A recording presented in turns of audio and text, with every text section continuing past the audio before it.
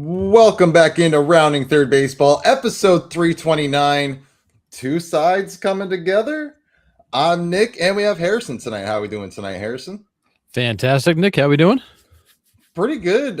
Some weird, well, I guess not weird news stories, but we actually have some news and stuff to get to tonight. So kind of excited to dive into some of these topics tonight. So going to be an interesting show. So strap in, and here we go. But first, make sure you follow and like us on Facebook. You can subscribe on YouTube. You can also follow on Instagram, Rumble, and TikTok. You can also listen on Spotify and Apple Podcasts or wherever you get your podcasts. We also have our affiliate sponsors, Logitech, MLB Shop, and Lids. You can find these links on the tops of all of our socials. So if you do any shopping for these companies, please do so through our links as we get a nice little kickback with no additional cost to you. Just a great way to support the show. We also have Rounding Third merch on Etsy. So if you search Rounding Third Baseball, we have sweatshirts, t-shirts, tumblers, phone cases, whole bunch of stuff on there. Great way to get our name out there and to support the show. And finally, on Patreon, we are also trying to grow that community, continuing to grow that community. We have had some new followers over there. So please check us out on there. It's a platform that actually supports creators like Harrison and ourselves. So check us out over there on Patreon. All right. The big news. They must be listening to the show, Harrison, because I'm convinced at this point that they are listening in. I mean, probably not, but MLB and the MLBPA to meet to really just show their cards. Like they're just showing what they're bringing to the table. So is this the start of them maybe, fingers crossed, meeting a couple more times before the season ends to maybe get a jump start on this labor agreement? Yeah, I think we all realize we're in for a long one here. This is not going to be like a sit down for an hour, hammer out all the details, and sign a new deal. This is going to be an incredibly long process, and it's got to start sometime, and it might as well start sooner rather than later so you've got time to start to make some actual progress. So I think it's smart, as we've been screaming for months, to get the conversation started because you're in for a long one, and this will not be short. No, and we've been sitting here since the start of the season being like, why aren't these guys meeting yet? Like, what are they waiting for? Like Christmas? Guess what? It's too late then, right? So, holy cow, like finally they're meeting beforehand. Because I don't think sorry, my pancreas is not happy right now. So anyways, I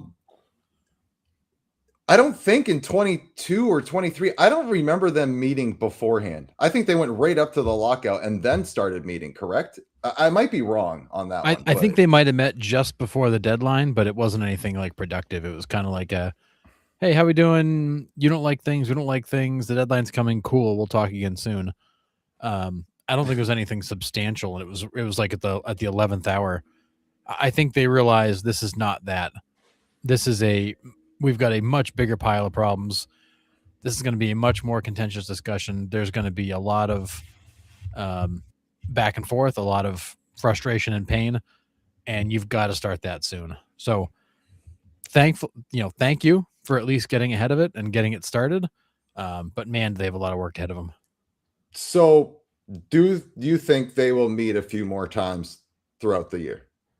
I mean, I have to believe there's going to be some kind of cadence to this where they're getting together every so often, whether it's once a month, whether it's every 6 weeks. Like I have to believe there's going to be a cadence here because it's going to be like, okay, like here's some issues.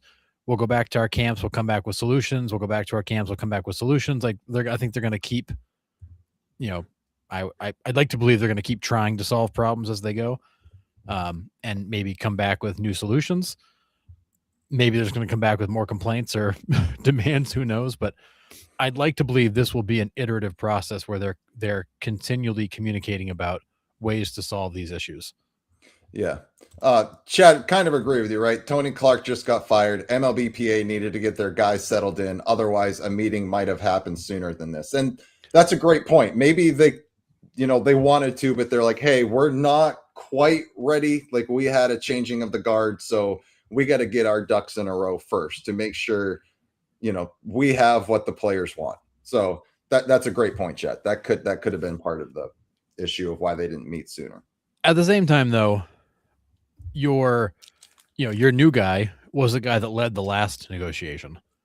So new to the role, but he's been in the office for a while. He was part of the last round of negotiations. So definitely up to speed on things, but they have other moving parts with other people that just got canned as part of the investigation. And, I think the MLBPA is not at 100% right now as they're getting ready to go into this. Yeah. But I just hope that this is the first step in many meetings before the CBA expires on midnight, December 1st or whatever. Like, get the ball rolling now. And I think they see the writing on the wall, right? If they miss all of 2027, baseball's in trouble. As great as the ratings are, attendance, all of that, if you just stop all of that momentum altogether, it's going to be really tough to get it back with all the other options out there for the younger generation, us bringing our kids to the games, right? There's nothing to bring your kids to. They're going to lose interest, and it's going to be tough to get that generation back. And I think MLB sees that writing on the wall. So yeah, for sure. I mean, I hope there's a sense of urgency to make progress on this early while they can, to avoid dragging this out any longer than necessary. Yes. I say that realizing full well that both sides appear to be willing to die on whatever hill they've chosen, and that may just be the situation that we're in. Yeah. So we'll see. Hopefully the first step in this long, arduous process. But all right. CC Sabathia, Harrison, coming back up. Brewers Wall of Honor. I don't know if I'm in the minority here. I don't know where people stand on this, but how and why? Like, I get it. He brought the Brewers to the playoffs. He was with them for 8 weeks. 8. The Wall of Honor? Listen, CC Sabathia was great. I'm not diminishing this guy at all. His career, he had an incredible career. 2 months in an organization and you're on the Wall of Honor? I thought it was a joke. He made 17 career starts as a Brewer. Mike Reed, I get it, right? It was an 8 must-watch weeks, but what? I don't. Even CC was confused by this. If I'm CC Sabathia, it's almost awkward, is it not? I mean, it kind of has to be, right? Like, you were there for literally, you made 17 starts there. You were great. You were 11-2. You had 7 complete games. You were an absolute, the train that pulled them to the playoffs. Got it. Yeah. But you didn't even unpack your bag there. I mean, No. literally, you didn't even unpack. It's like that award you get that you're like, really? Like, cool, I'll accept it, but this is a little awkward going up to like, thank you for all this, but people that I don't know because I really wasn't here. I don't know how you could take this honor and be like, man, I totally earned that. It's got to be weird. I mean, got to be weird. I was floored by this. I thought it was that like MLB on fax, right? Like one of those just spam accounts, and I'm just like, this can't be real. But sure enough, man, it's awkward. It's awkward for me, and I'm not even getting the award. But I mean, Ryan, this is a great point, right? It speaks to how many stars the Brewers have had in their history or lack thereof. Yep. And Chad backs that up. It goes to just show you lack of success the team has had and how bad they were before he got there. And that's what I was going to say is it's almost awkward because like this is the only guy you have to put on the wall. He was there for 17 starts. Like there's got to be other guys in your history that are more deserving. Like this is all we got. I got nothing. I don't. I just like, man, oh man. It seems like such a sad statement for the Brewers and such a weird honor for CC. Like, CC was amazing there. Don't get me wrong. Yeah. But it was 17 starts and a very short playoff run, if I remember correctly. Like, listen, all Brewers playoff runs are short, Harrison. Yeah. It's weird. It's just, I don't know, it's just weird to me. It's like the Brewers are like, trying to clout chase by putting him on the wall to say, look, we got a Hall of Famer, guys. Look at us. We matter. Yeah, right. It's sad. Aaron, this would be the equivalent to the Astros putting Randy Johnson in the Astros Hall of Fame for 1998. 1,000%. It's exactly the same thing. It's a great comparison. It really is. Scott, who is currently on the wall? CC Sabathia. No, I would guess. I'm guessing off the top of my head here. Robin Yount, Paul Molitor. You probably got Ogilvy on there. I mean, Raleigh Fingers is probably in there. But I mean, goodness gracious, 2 months is crazy. Ben Sheets, I don't know if Ben Sheets is on there. He should be. Euchre's definitely on there, Michael. I mean, other than that, did Ryan Braun actually get a Wall of Honor? I don't think they've put him on. I don't know if they have either. So here's the criteria to be included on the Wall of Honor. 2,000 plate appearances with the Brewers, 1,000 innings pitched, or basically check one box. 250 appearances as a pitcher, winner of a major award, MVP, Cy Young, Rookie of the Year, manager of a pennant winner, individuals with a statue at American Family Field, Hall of Famers who played for or managed the Brewers, those who wore the Brewers uniform then served as the primary broadcaster for 20 or more seasons, a general manager for 10 or more years with a postseason appearance. That's all that's required. They did add Ryan Braun in 2022. Okay. So your Brewers Wall of Honor, here's just a few random names. They have Hank Aaron, they have John Axford, Sal Bando, Ryan Braun, Jeremy Burnitz is on there, Jeff Cirillo, Cecil Cooper, Craig Counsell, Rob Deere, Mike Fetters, Prince Fielder, Francisco Rodriguez, Kevin Seitzer, BJ Surhoff, Bob Uecker, Jose Valentin, Jonathan Lucroy. Like, it's not a Hall of Fame per se. It's just like memorable Brewers. Okay. I mean, Trevor Hoffman's also on there. Yeah. So, I mean, Dave Parker, they put on there for 1 year in 1990. So, I mean, it's effectively like, hey, look, this guy played here. And there are current players that have met the criteria to be put on there. Willie Adames, Corbin Burns, Josh Hader, Jeremy Jeffries, Devin Williams, Christian Yelich, and William Contreras. So, wow, they have met the criteria and could go on when their careers are over or whatever. Yeah, it sounds like this Wall of Honor is more so to like just honor memorable people in their history. It's not like their Hall of Fame. Which, okay, I guess I can get behind that, but.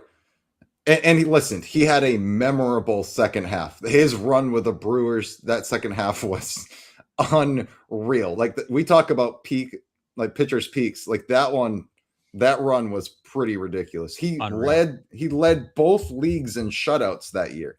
He was tied for the league lead in the AL and tied for the league lead in the NL in the same year. Like, I mean, he was lights out. Like, I get it. So, I mean, if this isn't their quote unquote Hall of Fame, then fine, I guess, but it's still weird. So they have a Walk of Fame where only 23 players have been honored with granite like statues or plaques.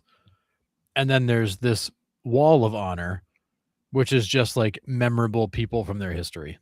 Okay. So they have both. Okay. So sure. I mean, it's still kind of jokish to me, but it's weird. I guess I get it. I guess it's weird no matter how you look at it. It's weird in general, but it's how they wanted to do it. Yeah, everybody in the chat, Dave Parker, what? Yeah. I mean, yeah. Silix Hank was on there. Yeah, Harrison said that, but yeah, man, mean, it's just weird. Ricky Weeks. I mean, a lot of fun, but like, really? John Yeah. Jaha, Jeff Jenkins, Corey Hart, JJ Hardy. I mean, all guys are like, yeah, they were there for a little while, but it's like, really? Yeah. Interesting. But all right. Let's get to Shohei Ohtani, Harrison. A .82 ERA. He's only given up 4 earned runs. He goes another 7 scoreless last night. However, his hitting is starting to slide a little bit. Is he proving that being a two-way player is impossible at this level? Now, listen, this is the first real chunk of time that we've been able to see Shohei Ohtani as a true two-way player, right?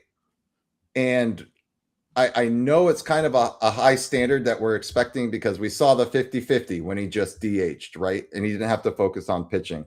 But now that he's focusing on pitching, his hitting is starting to slide a little bit. And he even says like he just feels off at the plate.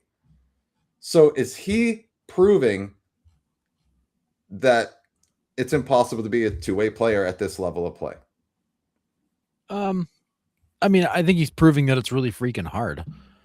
He was basically a full-time pitcher and hitter in 21, 22, and 23 with the Angels. He pitched most of those seasons. I think he made 23 plus starts in all of them. So like we've been here before with him, and his offensive numbers were definitely down those years. I think it's hard to give each aspect of your game the time it needs when you're trying to do both. You know, when he's DHing, before the game, he's getting his extra swings in, some tee work, some video work. When you're pitching too, like you've got to follow your routine of, okay, this is my lift day. This is my long toss day. This is my cardio day. You're trying to follow 2 programs.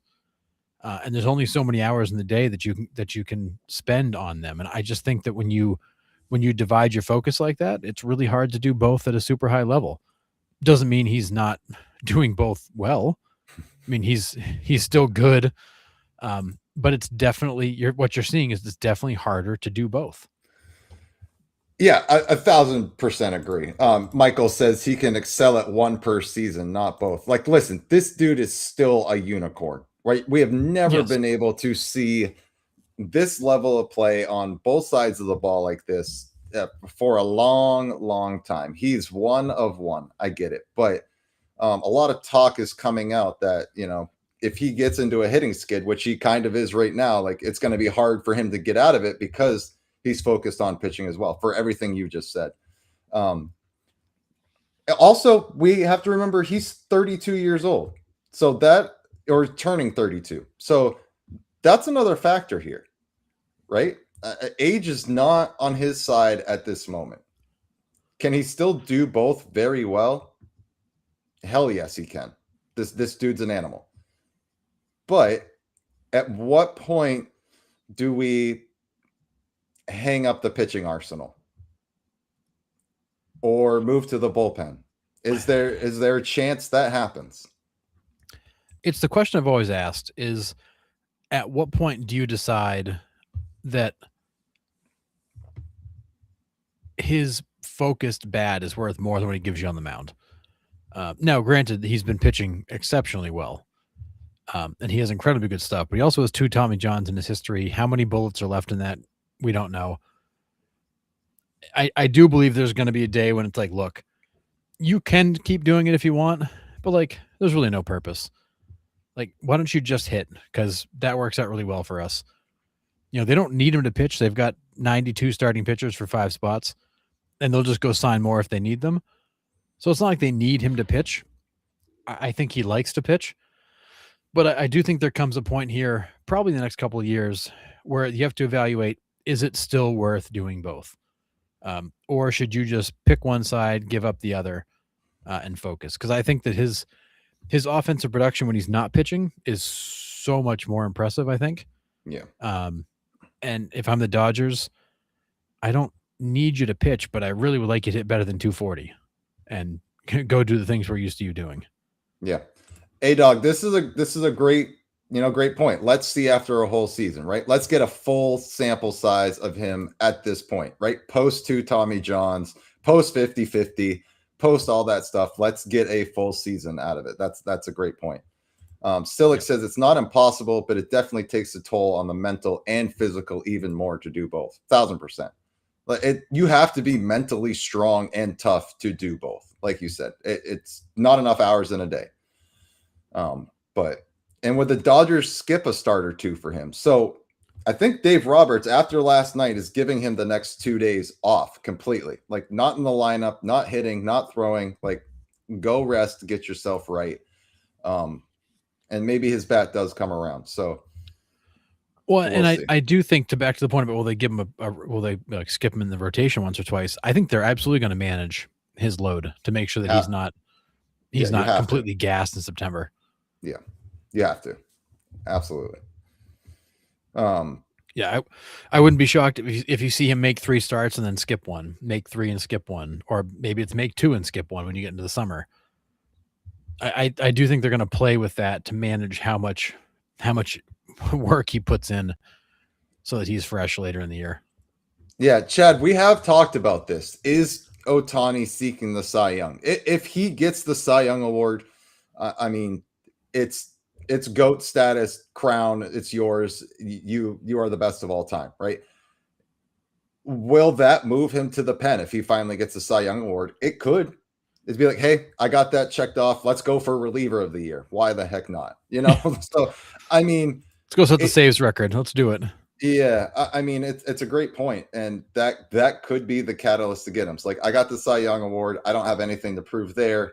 So let's move to the bullpen. And yeah, A-Dog's with us, so maybe bullpen is better, which we've been saying that for the last couple of years with him coming off the 2 arm surgeries. But yeah, make him a closer, make him a 8th inning setup guy, push him to the back of the game when it's higher leverage, fewer pitches, not quite as often. Yeah. Ed says the Dodgers seem to need bats more than arms right now. His obsession with winning a Cy Young could hurt them. And yeah, the Dodgers were on a 4-game skid and couldn't find the offense. So yeah, they need his bat for sure. Yeah, they've cooled off quite a bit. They have. It looked like they were just running away, and now they've fallen back to reality with everybody else. If he wins a Cy Young, Brewers will put him on their wall because he pitched there one time. Oh my God, man, that's hilarious. That's awesome. Yeah, Curtis, I would rather have him hit third right now. The Dodgers, or have him hit right now. The Dodgers are in the third best team in the NL. They need to be first or second.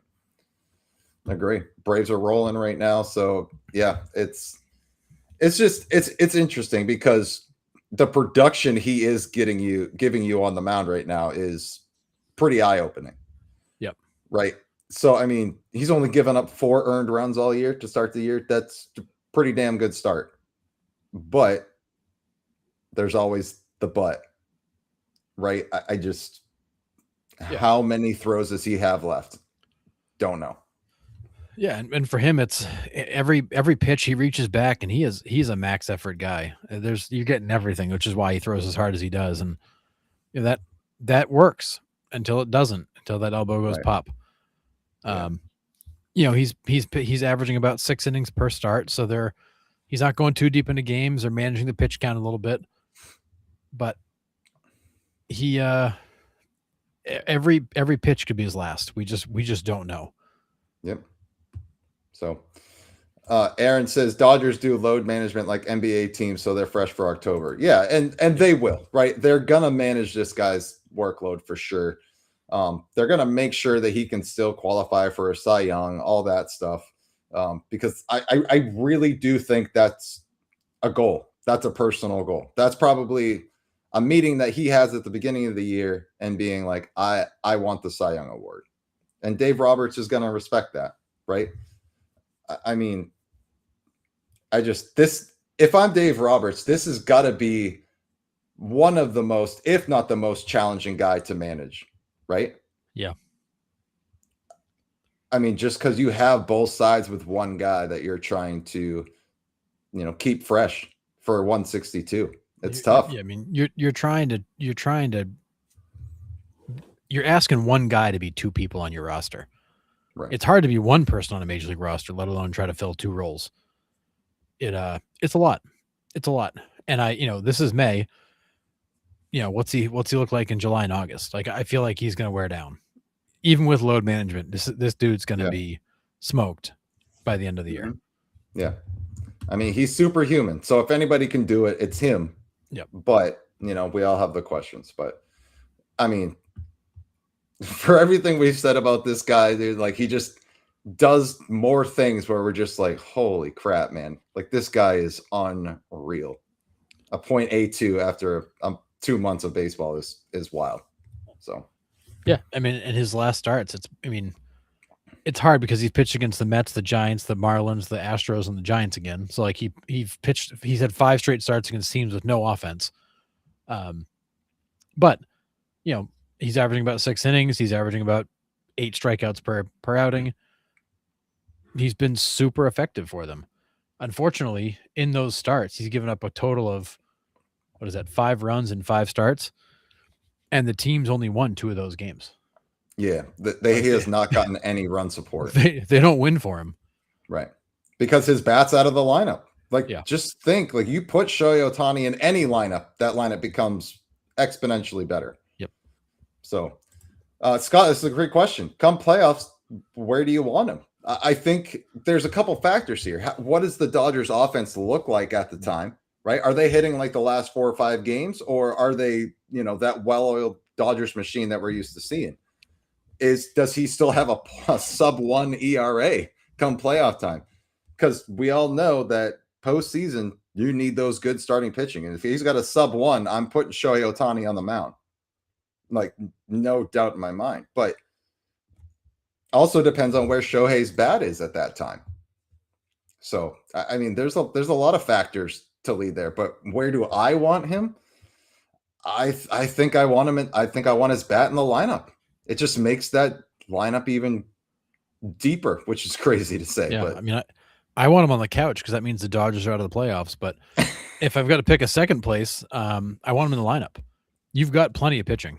You don't need more pitching in the playoffs. You're gonna go with 3 starters anyways. And unless he keeps pitching like this, he won't be one of your top 3 starters. So I would take him in the lineup for sure. Yeah, I'm with you. All right. Playoffs. Yeah. Aaron. All right. Kyle Schwarber homered in 5 straight last week and was on pace for 67 homers. With drop and drive mentality now in the game, Harrison, will we ever see someone beat 73? Boy. I'm going to say no.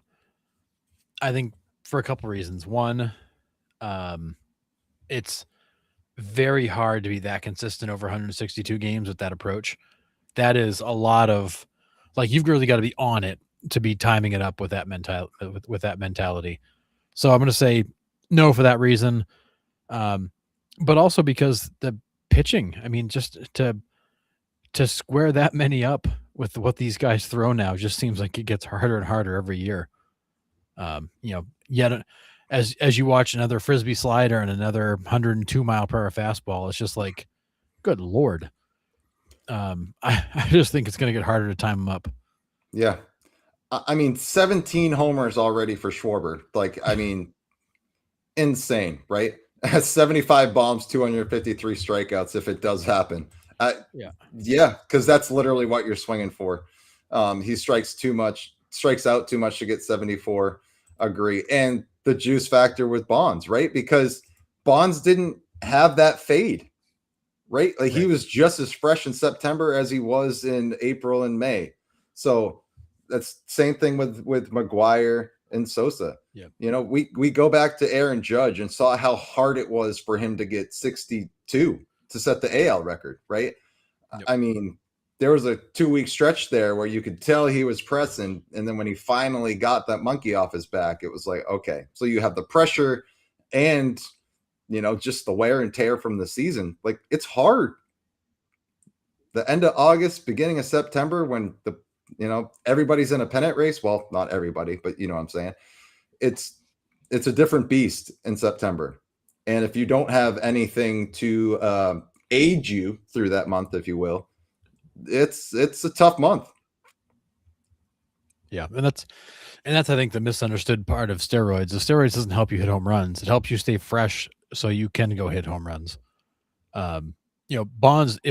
Bonds naturally could have hit 73 without steroids. It's hard to stay fresh that long into a season. So that's where it helps. But Schwarber's an interesting guy. Every time we think that we've seen the best out of him, he has more. And I'll never understand how the guy does what he does with his like complete lack of contact, but it works. Whatever he does works. Just makes me crazy to watch. Yeah. Ryan Taylor, great point. Left-handed hitter at Yankee Stadium one day could do it possibly. I can spit over that wall. I mean, imagine if the dimensions were absolutely just flipped and Aaron Judge was playing with that porch in left field. I mean, goodness gracious. He'd probably have 70 by the All-Star break. Well, that's where Yankee Stadium is not that friendly to right-handed hitters because it's got that deep power alley, and he still does it there. It'd be wild to think what he would do if he was able to just flip the ball over the wall. Yeah. Curtis thinks Schwarber ends with 56 and 100. I mean, that's pretty much his standard for the last 5 years. So yeah. I agree. Andy, this is a great point. There's another baseball strike. They will have another home run race to bring the fans back. Someone will hit 75. We've been talking, on a lot of shows here, like, what is that thing that brings baseball back after the lockout? We've always had something after a strike or after a lockout that's kind of brought baseball back. What is it if we miss significant time here? Expansion, Nick. Expansion's going to save baseball. Okay. Yeah. Good one. I mean, Rob Manfred told me to say that, and I'm pretty sure there's a check in the mail. Okay. All right. But yeah, I mean, I don't know. It's crazy. Mike says he's going to absolutely own the lowest batting average of a position player. Yeah. In the Hall when his career is over, 1,000%. Curtis thinks Murakami's on pace for 60 homers this year. I think he could get there. Definitely. Yeah. Ryan says, Mike Reed, it's the new normal. It is. The batting average that's what it's going to be. And that was a question you asked a few weeks ago. Like, does a guy like Kyle Schwarber change your opinion of the Hall of Fame? And it's like, you're going to have to, because you're going to have this whole wave of players that are coming out with career batting averages of 245, 250, 255. Like, you're going to have to accept that. That's where baseball's at currently. Yeah. It's the hitters, it's the pitchers, it's the whole thing, right? Baseball's changed so much that we have to absolutely look at the Hall of Fame differently when we're comparing stats to get in. So, Greg, if we get a lockout, we are 100% getting a season of all juice balls all the time. Golf balls and aluminum bats. Get ready. Yep. Agree fully. So I don't know. We'll see. All right. Henry Bolte, another A's rookie, comes up in his debut, 2 for 2 with a walk, sac fly. The A's are just pumping out youngsters. And, don't look now, but Leo DeFreeze also took Lucas Giolito deep in the minors today. He's coming. This A's team is just full of young guys that can flat out play. And they're playing pretty good baseball right now. They're getting some great outings from their pitching. The bullpen's looking decent. How are we feeling about the Sacramento A's of Las Vegas? Formerly of Oakland. Yeah. I mean, I've been saying it for the last couple of years. This was a team that was preparing for their next life. They were stockpiling draft picks. They were stockpiling young talent. They were making trades to bring players in the minor leagues. And now you're seeing it all. This was a team that was on like a full-scale rebuild and was making progress. And, they left Oakland. It was ugly. People wanted to sell the team because they didn't think he wanted to win. He wanted to win. He just didn't want to win there, and he was willing to be patient to win in the next home. So this is what I expected from the A's. All these young guys are going to keep coming up. They're going to keep getting contributions. They got to find some pitching. But this is an A's team that when they land in Vegas here in a couple of years, look out. Yeah. That's going to be a young-ish roster that's got experience and has had some seasoning. Good Lord. With some pitching, this could be a frightening team for anybody to have to draw. Yeah. Nick Kurtz hit another one today, 470. I mean, they got some players, man, and they're exciting to watch. I'm tuning in almost every night watching this team. So, absolutely love it. But just another rookie comes up and like immediately just like boom makes an impact on the game. So yeah, where the hell do they find all these kids? I mean, my lord. Yeah, that's why the Padres. AJ Pro doesn't want them. I don't like these young kids. Get them out. Yeah, crazy, but cool. We don't need a future. Yeah. Pretty cool play the other day. Jake McCarthy with a 7U unassisted double play. First time in 13 years because we just don't know how to run the bases. And lost track of the outs. McCarthy makes the catch, runs in, touches second for a 7 unassisted double play. So nothing crazy, but this just, I bring this up because like, I feel like, I don't want to say the baseball IQ. I think the baseball awareness, I think that I see out of today's game has taken a step back. Like the guys, I don't know if they're just not focused, they're not paying attention, but I see a lot of like boneheaded plays. Like, do you kind of agree with that? Like more than usual. Dude, did you see that video I sent last night? Yeah. But that's what I mean. Like you can't make this crap up. I was gonna turn that into a reel, and I kind of lost track of time last night. But I am shocked and horrified on a nightly basis of the dumb stuff that I see. The defensive misplays, the throwing behind the runners, the being out of position, this kind of crap with Jake McCarthy. It was the Yankees a couple nights ago. Ground ball to third. McMahon goes to throw it to second base. Ain't nobody covering. That you got the guy. Ball goes out in the outfield. They get nobody out. The play should have been to first. He was wrong to throw it there, but nobody even attempted to cover. Like it was such a disaster. We saw the Tampa Bay Rays beat the Yankees on 3 bunts. Didn't get the ball out of the infield and beat them in extra innings. The amount of dumb stuff I see on what feels like a nightly basis, it just blows me away.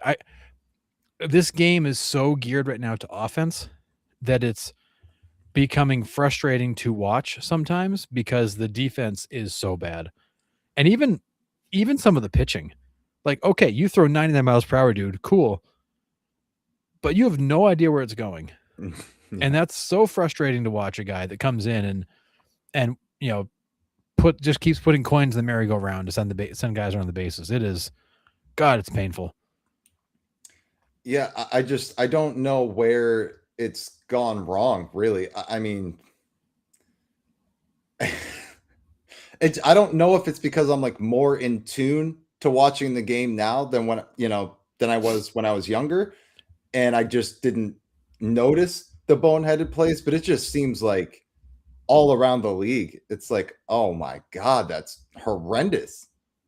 So like, I don't know if that's me being hyper focused on the game as I am now versus when I was younger, but I don't ever remember seeing this poor of defense league wide. We didn't see that. I mean, every night it was the web gems, and good luck finding a web gem most nights. You can find a blooper reel, but good luck finding a web gem. It's brutal. It's absolutely brutal. Yeah. I mean, this is a great point, Mike Reed, right? More access to the plays now too, right? So we see more baseball than we ever did back then. Totally agree with that point. A-Dog says, I've seen back-to-back walks to lead off an inning 3 times in the last 2 days. And that sums it up. That's a great comment, A-Dog. Yeah. I mean, like you said, Harrison, I could throw 102, but 3 out of my 5 pitches are either in the dirt or straight to the backstop. Yeah, no idea where it's going. No, it's brutal. And I do agree with Mike. We do see more than we ever saw before, but it was not like this. And we're becoming those old guys talking about the way it used to be and the way the game's supposed to be played. Right. Like we're now those old guys. But it's like, God, I'd love to see a game where like only one error is committed. because like I remember the box scores as a kid. 3 runs, 7 hits, no errors. 5 runs on 9 hits, no errors. Like that was common. Now it's Right. like it's the second inning and there's 3 total errors combined between the 2 teams. There's more errors than runs Right. and hits combined. It's bad. And the worst part about it is that doesn't count the times that you throw behind guys and you hit or you miss the cutoff, hit the wrong cutoff, throw behind a guy, you're out of position. Or what kills me is the ball in the hole that the guy goes like 2 steps hard for, the kind of goes, no, I can't get that. And then like eases up and it just goes through. It's like, man, Dustin Pedroia would have eaten grass to try to get that ball. And you're just like, nah, I'm good. Like, yep. I can't reach it. Yeah, Scott, this is, another great point. I just think players are not as concerned with being masters of their crafts these days, right? Defense doesn't get you paid. I'm sorry. No. When's the last time a Gold Glover got a huge free agent contract? That also didn't hit. Let me put that disclaimer in there, right?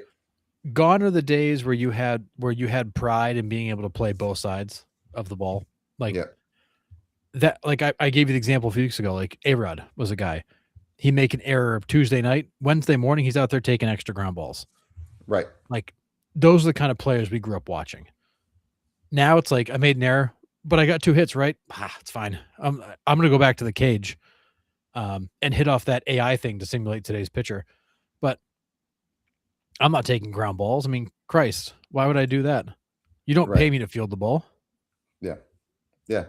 Greg says it honestly feels like errors were so rare when I was a kid, and now it's every week, every day, every game. Yeah. Agree. Lou Piniella and Bobby Cox would have beaten players up in the clubhouse. Yeah, I listen, I get it's a completely different game, right? And it is so offensive heavy, offensive focused, and it's rare to see those defensive guys now, right? I mean, say what you want, but Manny Machado still fields his position, still takes tons of pride in what he does with the glove at third base, right? I mean, there are some guys still out there. Nolan Arenado can still pick it like the best, and the dude can barely move now.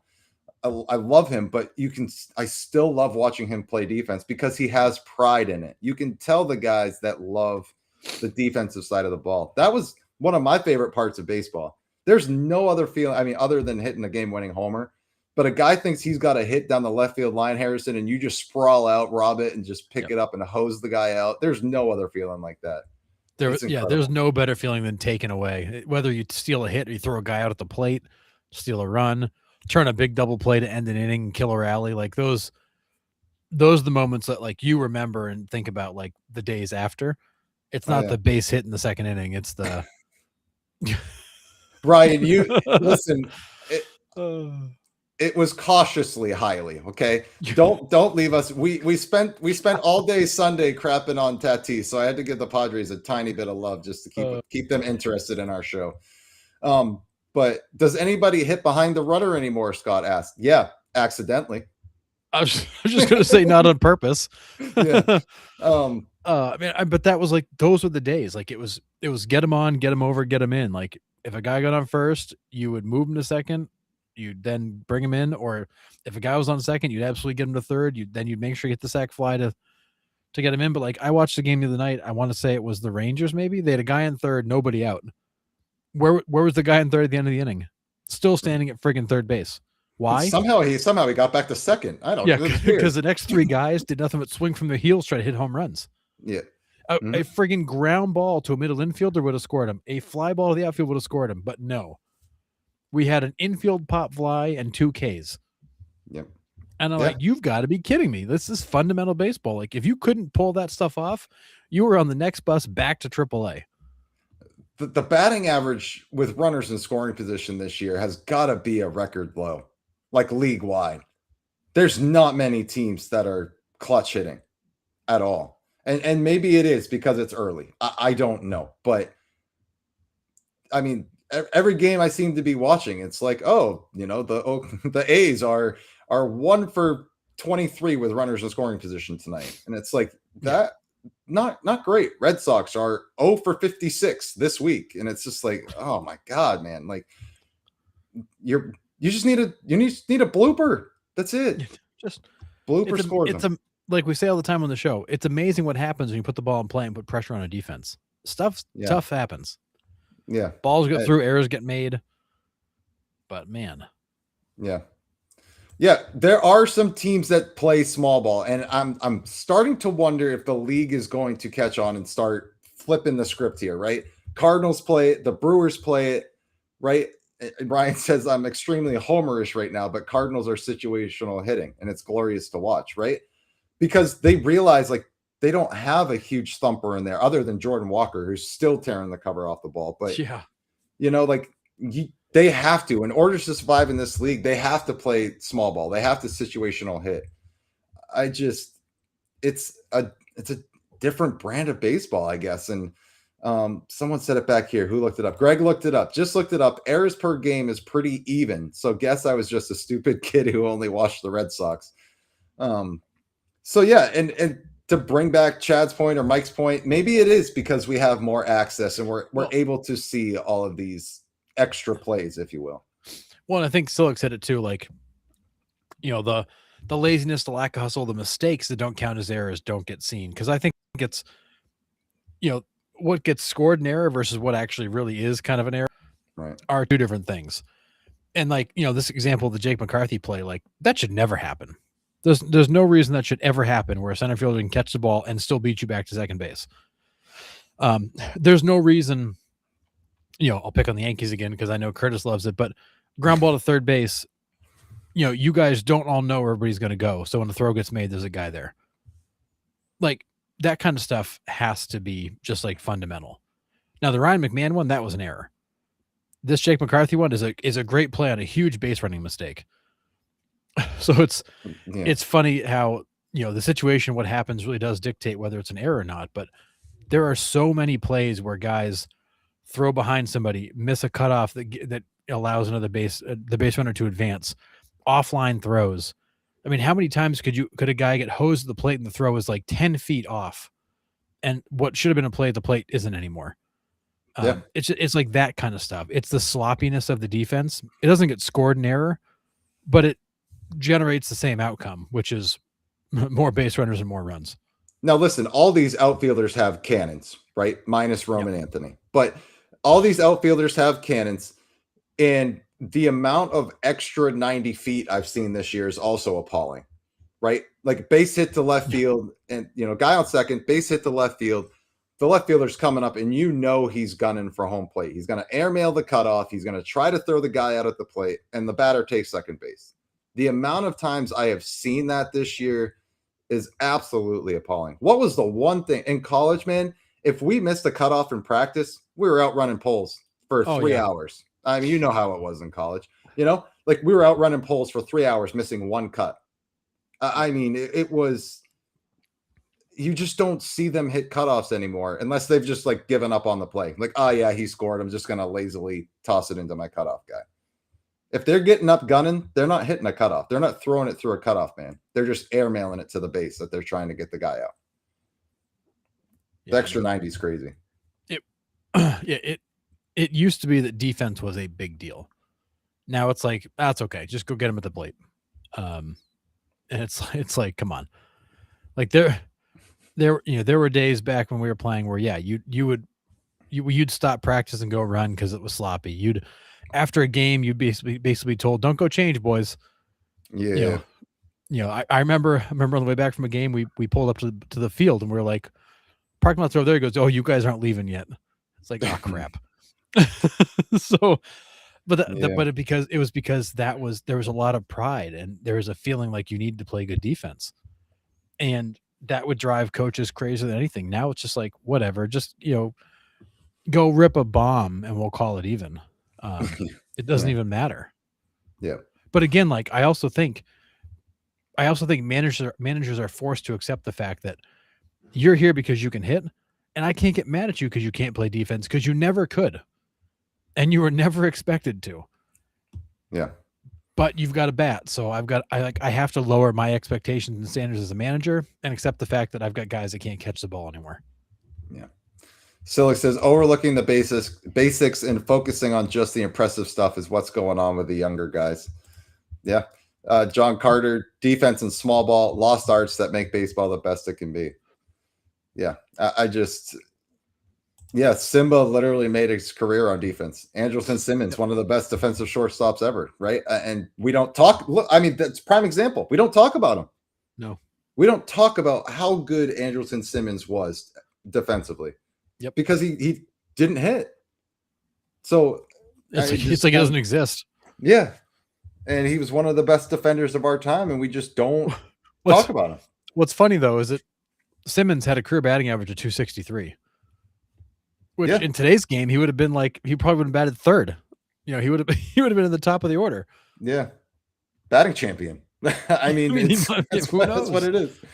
Yeah. It's just, I mean, crazy. Yeah. I just, it is what it is. But yeah, just a weird play, and didn't know it was going to spark that discussion, but thank you, fellas. That was awesome. Yeah. That went right off the rails, but it was awesome. Yep. Couple injuries here. Max Fried exits his start, but they're not concerning. The pain was in his outer part of the elbow, so they don't think it's UCL related. I have not seen the updates on that, but they're slated to get Cole back, and looks like Max Fried may miss a start or whatever, just in time for Fried to go down. Nice. Yeah. So there was that. And Max Fried's not a guy. I mean, I know Max Fried's got an injury history, but he's not a guy that like looks like a max effort thrower that you're like, oh man, his arm's going to fall off. But right, the dude's had his fair share of stuff.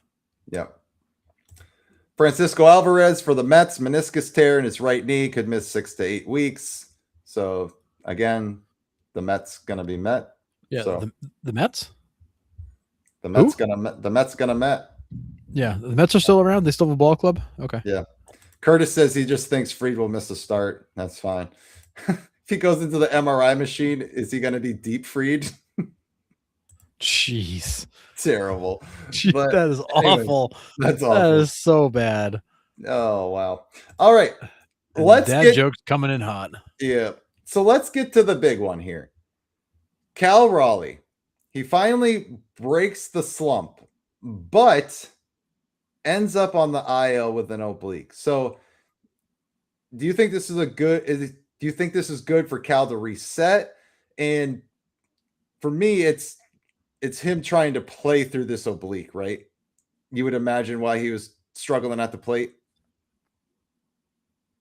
I mean, obliques can happen in the blink of an eye. It can just be one movement and the oblique's a problem. So this may be a brand new injury. It may have been something he's been working with all season. I have no idea.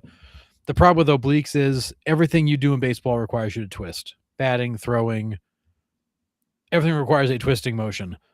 And obliques can be a real problem to come back from because of that. So this I don't like for Cal.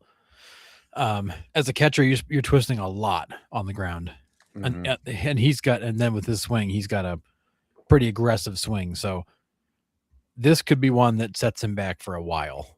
And it's too bad because he finally was showing some signs of life. It does make me wonder though, like, is this oblique because he has been over swinging? Like, is he putting too much pressure on the oblique? Because I've said it all season, like he looks like he's trying to hit everything 1,000 feet. And like to the point where his swing almost seems out of control sometimes. Maybe he just put too much on the oblique and it finally gave. I don't know, but I don't like an oblique for a baseball player. That one can be a real problem. Yeah, I'm wondering if he had a little tweak in here during his slump and it just exponentially just made the slump worse because he was trying to play through it.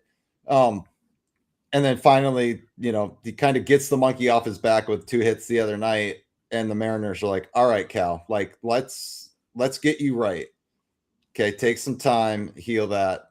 But I mean, obliques can be an issue for sure. We've seen it with a lot of players. Like they feel like they're healed and they're coming back. And then all of a sudden one swing and bang, it's back. Yeah. Oblique messed up Frank Thomas for like a 3-year stretch because it never healed correctly. 1,000%. Yeah. And that, it's so hard to have that core rotation if that's not right. Yeah. Making his progression to DH sooner than expected. I mean, Not a bad take, Ryan. Not a bad It's one. not. Baseball not. History Dork says, I'm glad he ended the slump so he doesn't have to eat it the whole time until he comes back. Fair. I mean, yeah, I don't know. It's tough. I mean, and that's a Mariners team that needs Cal Raleigh to be productive. Without him, the Mariners are in a tough position. So Yeah, I I don't just the offense was already terrible. If he's going to miss any sort of length of time, they're really in trouble. Yeah. I mean, not that he was contributing much to begin with, but No, he needs to get right. But he was starting to, and there's always the thought like he would break out. If you never get that breakout, good luck. Yeah. So it's gonna be a long. But I mean, year. it is. But no one's gonna run away with that AL West. No, true, so true. They could continue to suck and still be a game out. Yeah. So Cal, go get right, come back, and we'll make a solid run at this. So yep. Very fair. Yeah. Yeah, I hope he gets better. Sidebar, we discussed it before. That team needs a bat ASAP. 1,000%, Curtis.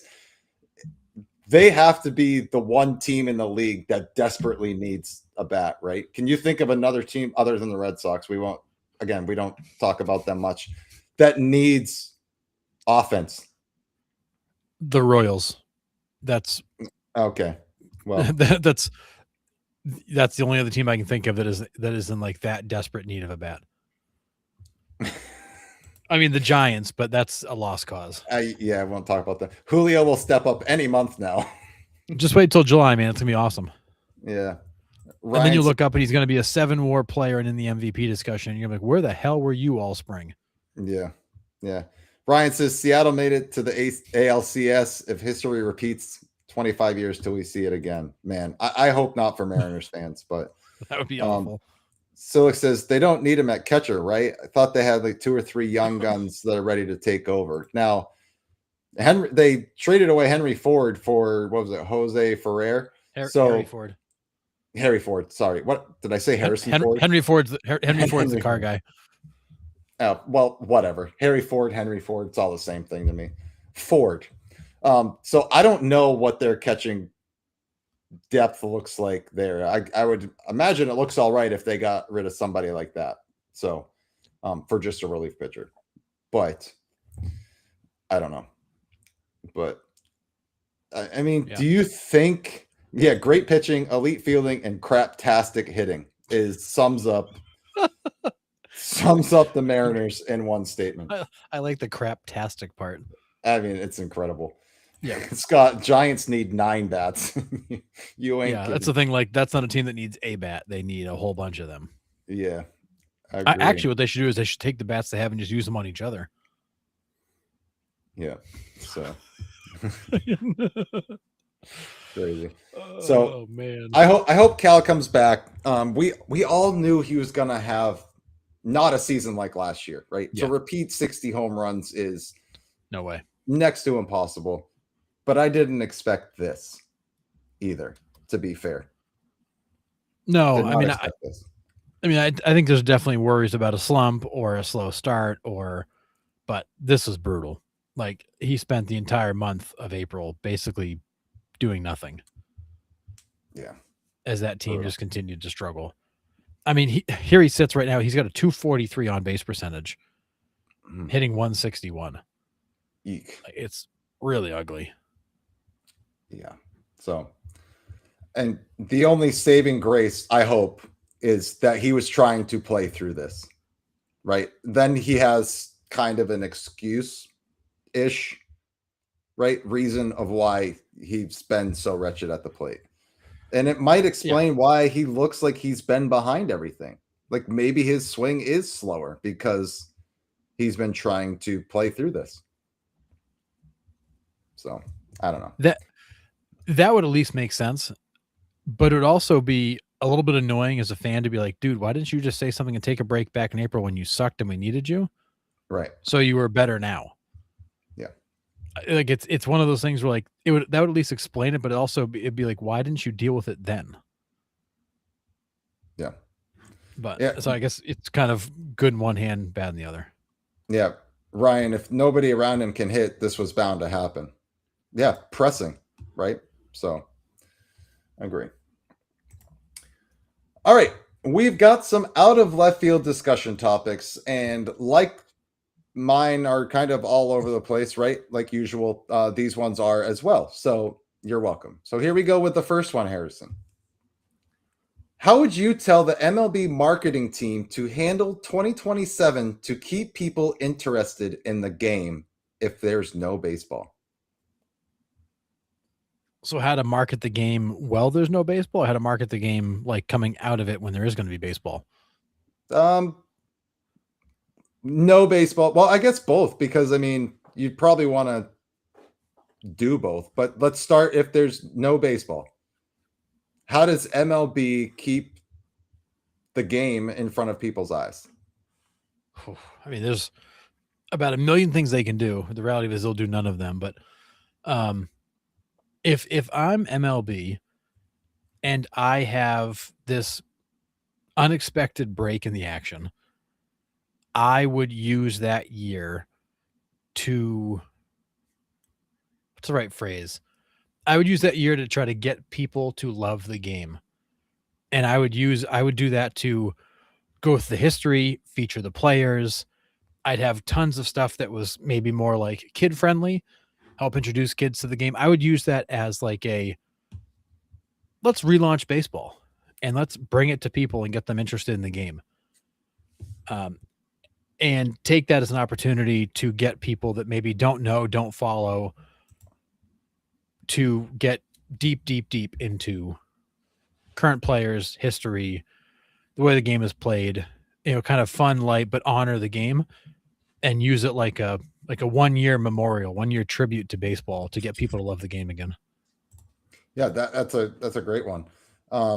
Yeah, hyper focus on the MILB. I agree, right? Maybe focus on the talent that's coming up, right? Because listen, we're going to see these guys in 2 or 3 years.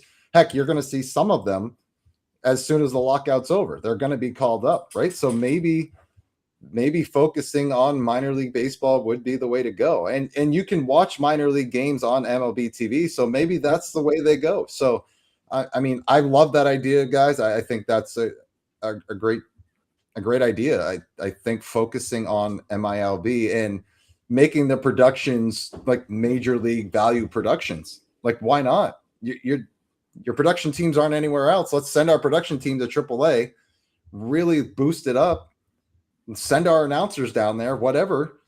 Do what you need to do to pump that league up. And because we are going to see most of those kids, coming out in the next year or two after the lockout. So I love that idea. Yeah. I think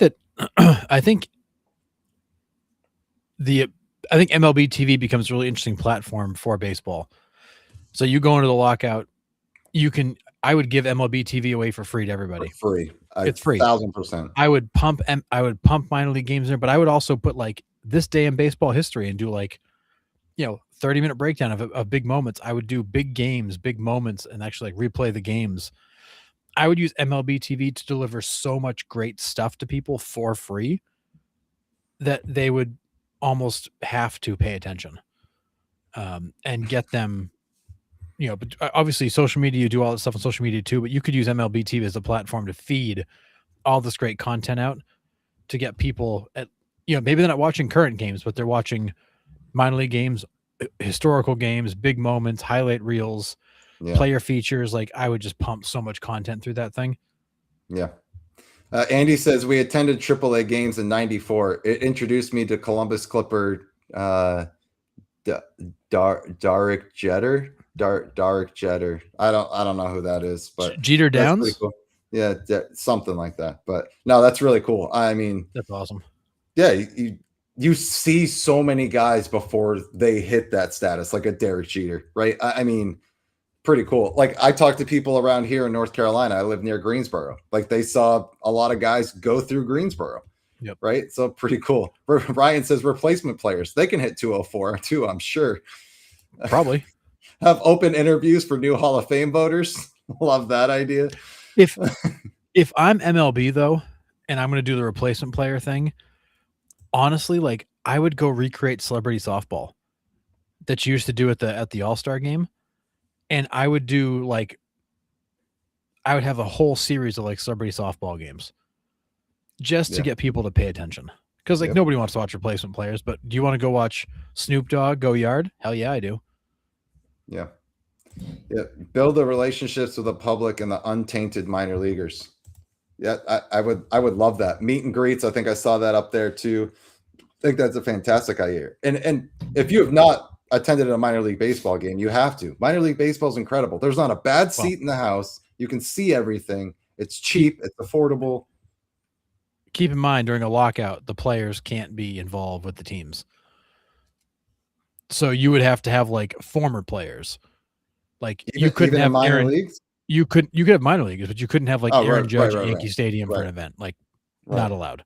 right. But you could have like, pick a Yankee great. Derek Jeter could show up at Yankee Stadium for an event. Right. Derek Jeter could run a youth clinic at Yankee Stadium with the Yankees' blessing. Yeah. Like that's the kind of stuff that teams should do. They should be bringing back some of their legends and doing like, let's host some high school games. Let's host some college games. Let's host some youth clinics. Like, let's put these guys to work. Yeah. And build some goodwill. Yeah. Retired player home run derby. I mean, they kind of already do that with the home run derby X, but yeah, I mean, make that more of a thing, possibly. Yeah, minor league stadiums completely underrated. Silix, we're with you. I mean, it's absolutely incredible. I love going to Durham Bulls games.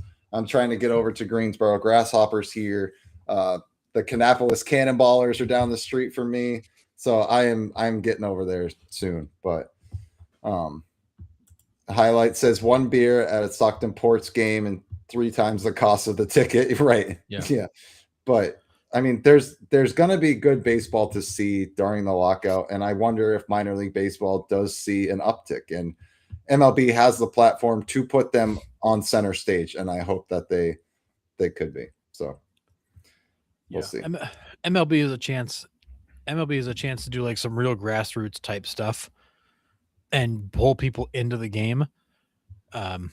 If they want to do it. Yeah. If they just want to sit there quietly, because keep in mind, during all this, the Savannah Bananas are going to be, or the banana ball in general is going to be pushing real hard. Yeah. If you're not doing anything to fight them off, they're going to come right in and just start stealing fans. And I know a lot of folks are like, oh, people will never stay. They'll never steal fans. I wouldn't count on it. There is something, this is not just like a viral sensation. Like this is sticking around.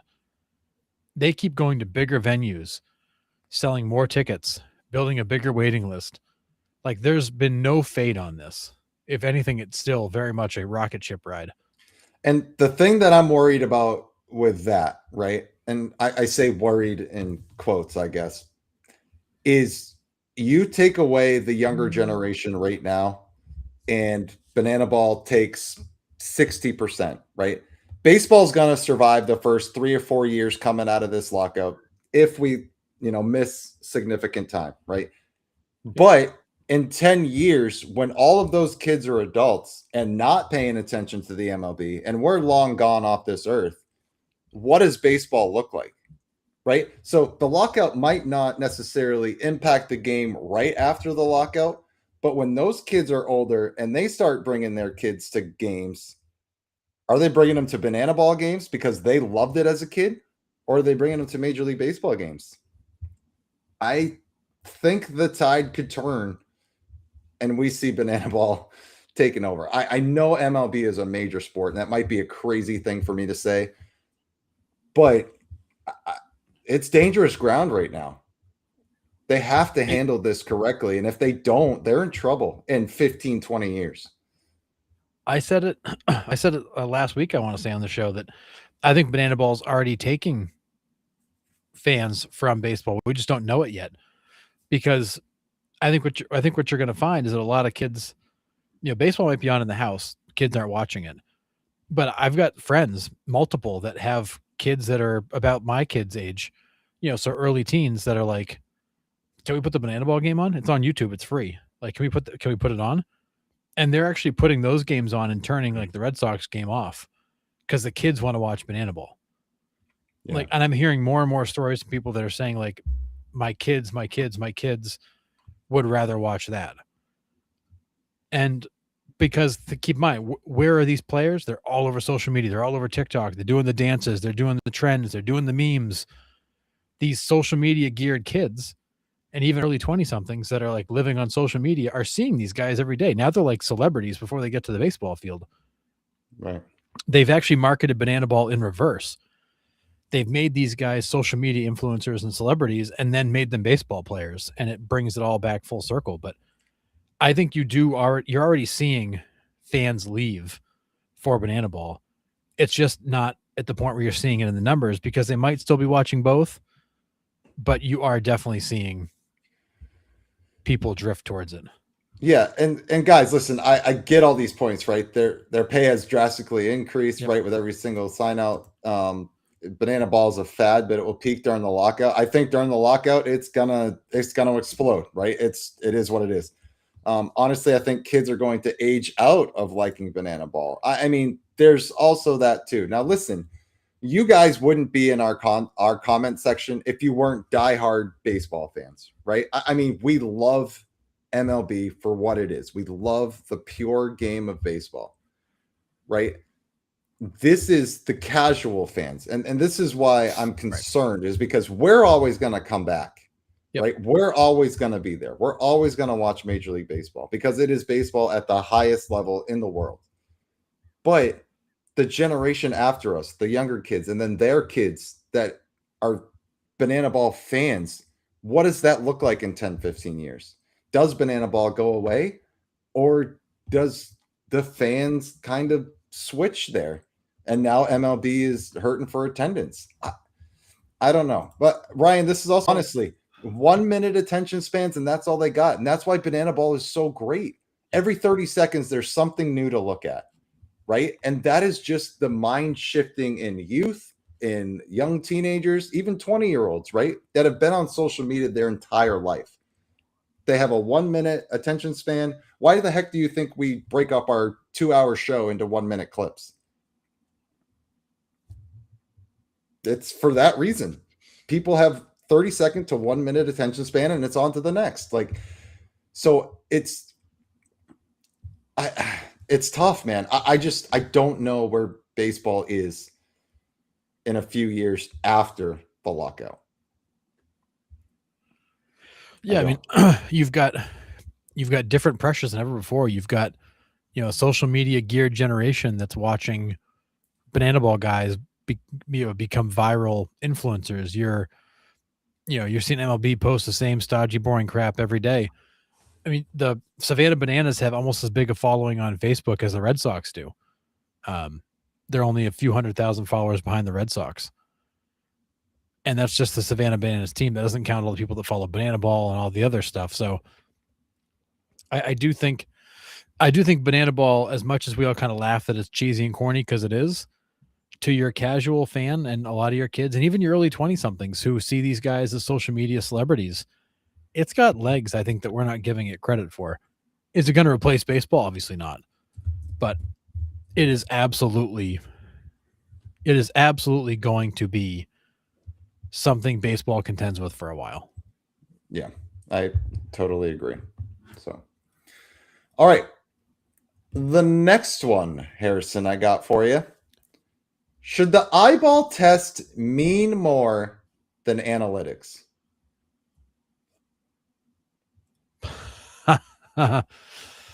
Oh boy. Yeah. I think the eyeball test, this is how I've always approached it. The eyeball test is the kind of the initial diagnosis. The analytics is just the data that proves it. So like if a guy, like, let's pick on Tatis. We talked about the fact that he looks off. When you kind of look at how he's swinging it, he's a lot of short hits, a lot of hard contact. When you break down the analytics, it proves what we thought. He's behind the ball and he's rushing to catch up and he's flattening his swing. So like the eyeball test says that, the analytics just prove that. So I still feel like, will the eyeball test ever mean more than analytics? No. But you kind of need both of them to work together. Like you need the analytics to prove what the eyes are telling you to make sure you're not missing something. But if you look at, let's put Luis Ariz on spotlight, right? Not necessarily an analytic driven player, but he puts the ball in play. He has high contact. He usually has a pretty high average, right? Yep. So he passes the eyeball test for me, but he completely tanks analytics. So should my eyeball test mean more than analytics in that situation? No, I don't. It's that, throwing out the analytics, like throwing out the stats in baseball. You still need the numbers that prove it out. Like my eyes say that Kyle Schwarber hits a lot of home runs, but the stats like tell me what he really does. I think a guy like Ariz is complicated because the stats look good, but when you actually look underneath it, you're like, okay, there's definitely there's a different way of doing it for him. Not saying that it invalidates the stats, but it supports what you see. This is a guy that has a lot of bloop hits. It doesn't. I don't think it changes the evaluation of him, but it gives you the explanation as to why you're seeing what you're seeing. So like I go back to the eyeball test. To me, is still the most important in terms of like seeing it, identifying it, knowing what's going on. The analytics is there to prove or help me understand the cause. It's kind of that next level deeper. Yeah. But if you try to use analytics without seeing it, which is I think what a lot of teams had done there for a while, that they got themselves in trouble, then you're missing the whole picture. You're not getting everything you need to get. Yeah. Yeah. Sorry guys. Yeah. Facebook went out. So sorry. Thanks for all you guys that switched over to YouTube. But yeah. Yeah. I mean, I'm not a math guy. Surprise, surprise there. I know to everybody in the chat, not a math guy, but I mean, I know when a player is good by looking at him, right? Like I don't need analytics necessarily to tell me that, oh, this guy hits the ball hard. Like I can see it. And Ketel Marte, I think, is kind of a prime example for me this year. The dude's hitting rockets all over the field at people. Like he's had incredibly tough luck this year. Just nothing's fallen. Like the analytics are telling me this guy should be hitting 400 because he's got a hard hit rate of 65%, but 50% of them are outs because they're just finding gloves. So like the analytics are telling me that he's bad, but the eyeball test is like, this guy's damn good. So it's like, to me, the eyeball test means more. And I don't know if that's just because I'm naturally not a math guy or a spelling guy, as it's pointed out. But I just, and Curtis is with you, Harrison. I think it's the perfect marriage of both. And I, essentially that's where I am too, but I don't necessarily need analytics to be like, oh, that guy's really good. Like I can see it myself. Yeah. I think the only problem with the eye test is I think that you can sometimes get fooled into thinking that a guy is somebody he's not. And it's not like, I'll use the eye test. A guy like Jazz Chisholm. Jazz is an interesting character. Eye test says, he plays pretty good defense. He can run, hits the ball hard. He does a lot of things positive. When you break his advanced metrics down, actually look under the curtain, you can understand why he doesn't get to the level of production you hope he gets to. Because like he has major holes in his game. Eye test says this is a guy who's probably a superstar. The stats say otherwise, but the analytics let to help you understand why that is. It also helps you understand why a guy like Luis Ariz is so unique and why his hitting style isn't for everybody. His hitting style wouldn't play well at Fenway Park, for example, with the outfield smaller. His hitting style wouldn't play well at Yankee Stadium. Like there are certain, again, I'm with Curtis. Like I need both. It's hard to do one without the other. I still feel like the eye test is the starting point. You got to start with what you see, because so much what happens in baseball you can see. Like you can see technical issues, you can see some of the fundamental problems that these guys have. But like Ketel Marte is a great example. His stats look like dog crap. Yeah. Eye test says the guy can't get a hit. But the metrics say no, the guy's crushing it at people. Like same with Tatis. Like Tatis is washed. Well, he's got some kind of a flaw here, and the stats prove like here's the issues. It's fixable.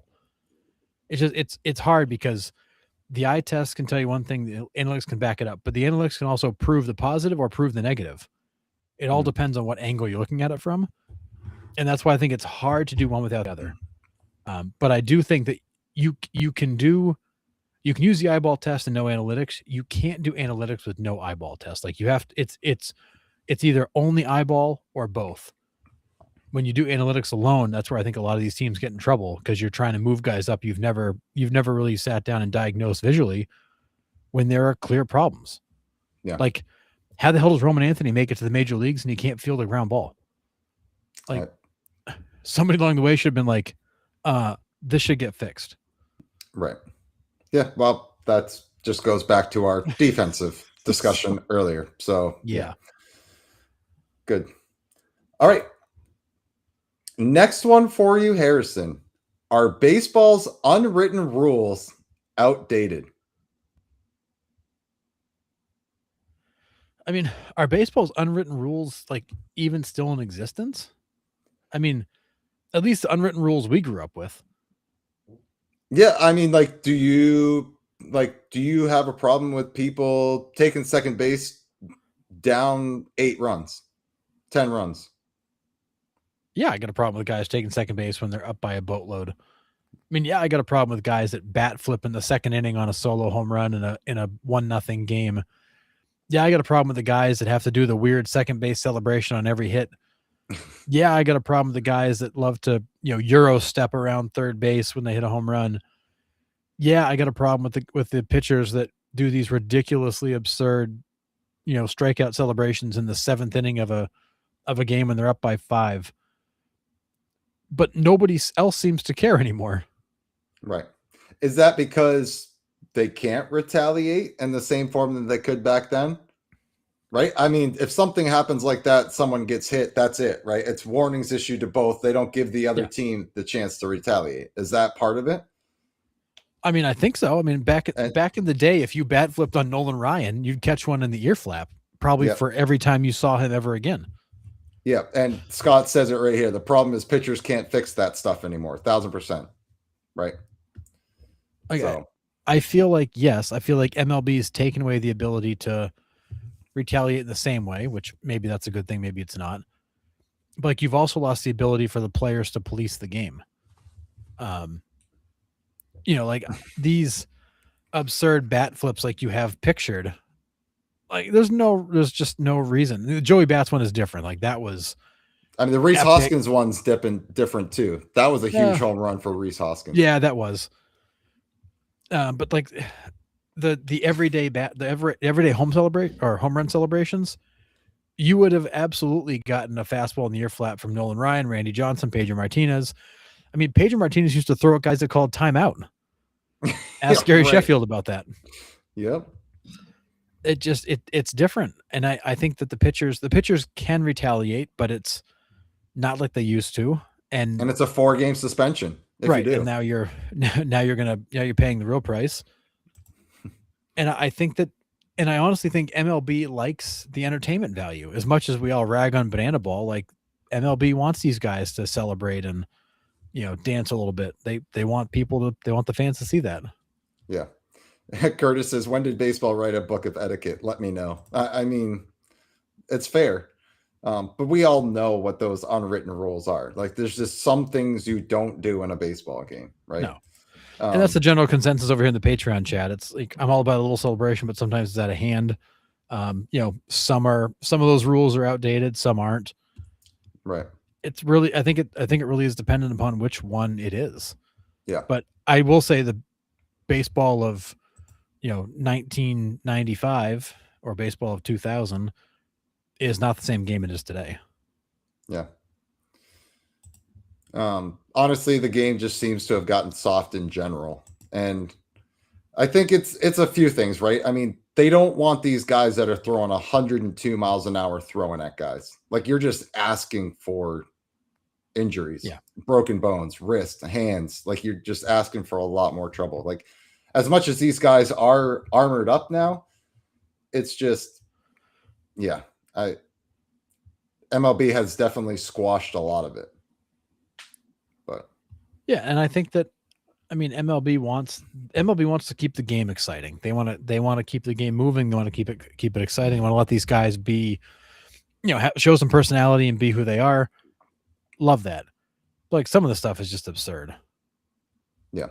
So yeah, no one has been dropped since J-Ram ended a dude's career.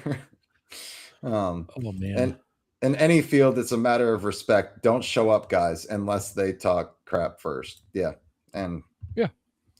I mean, you still see it at some level here, but just thought I'd kind of throw that question out, see where you guys were on that. But Mike Reed, if I take a 100-mile-per-hour pitch to the upper deck, I'm definitely pimping that.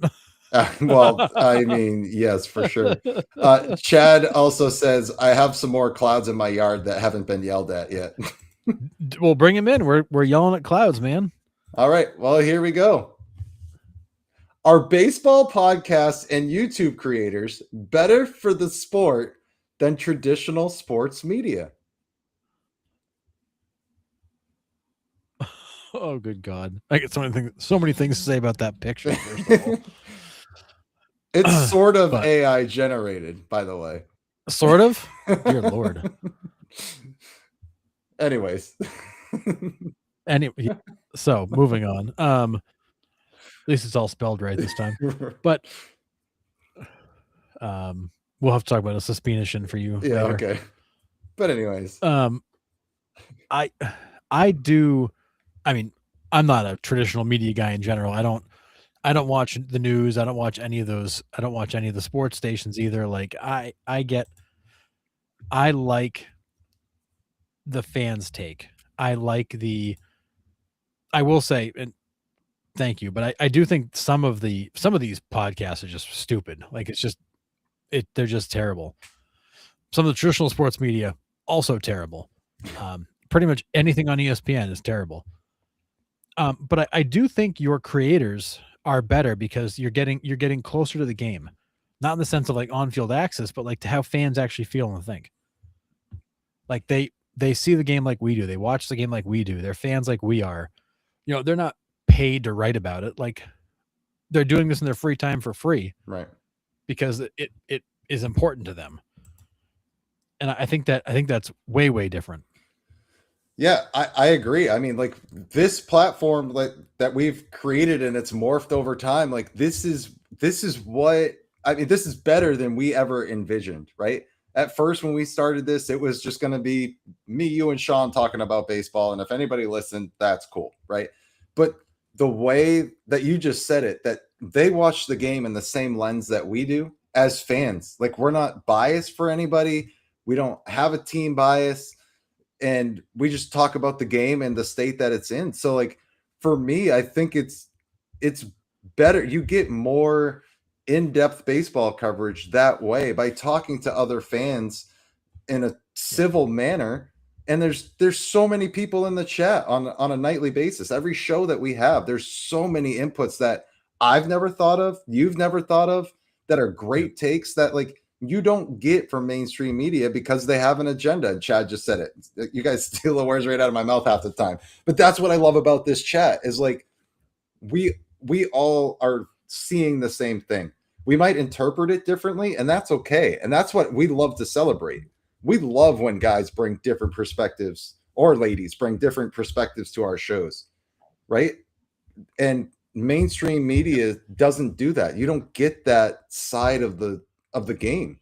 And that's why I think like this platform that we've created and a few others that we've kind of bonded in this like baseball creators community has been incredible. Like we have Baseball History Dork, Nostalgic Baseball Geezer, Romantic About Baseball. We all take in baseball differently. I mean, heck, I'm on a show with 2 New York Yankees guys, right? I mean, like I never in a million years would have thought that, but like as fans, it's really cool because I see different perspectives from different fan bases, but we're just a fan of the game. So, and you don't get that from mainstream media. No, you don't. And, we can say whatever we want about whatever we want. because we don't have, we're not going to make the powers that be mad or lose our ability to get access to the clubhouse because we pissed the front office off or the manager off or pissed the player off, or, we can say whatever we want because we can give our honest take, our honest opinion and feedback, whereas the media can't because they've got to go face those people tomorrow and they go back in for their post-game press conferences and all that. So, yeah, we have that ability to say what we want because we don't have anybody that's controlling us. So we can give our honest take as fans. But I think that's the most important part is a lot of these media folks, like, they're paid to cover the teams. They're not necessarily fans of the sport. That's just the gig they got. Because like you'll see some of these writers, this guy, he used to be the reporter for the, whatever NBA team is in that market. Now he covers the baseball team. Doesn't mean he's a baseball fan. Just means that's the gig he got. I think there's a lot of people that cover the sport that don't necessarily like the sport. They just like the job. Right. Yeah. And they would go cover the NHL team instead because that's the thing they actually care about. Yeah. Silic says, I think I've seen more love of the sports world online with just a few good streamers than these paid actors. And 1,000%, like Harrison said earlier, we wouldn't do this if we didn't love the game, right? There's no way that we would ever do this for as long as we have.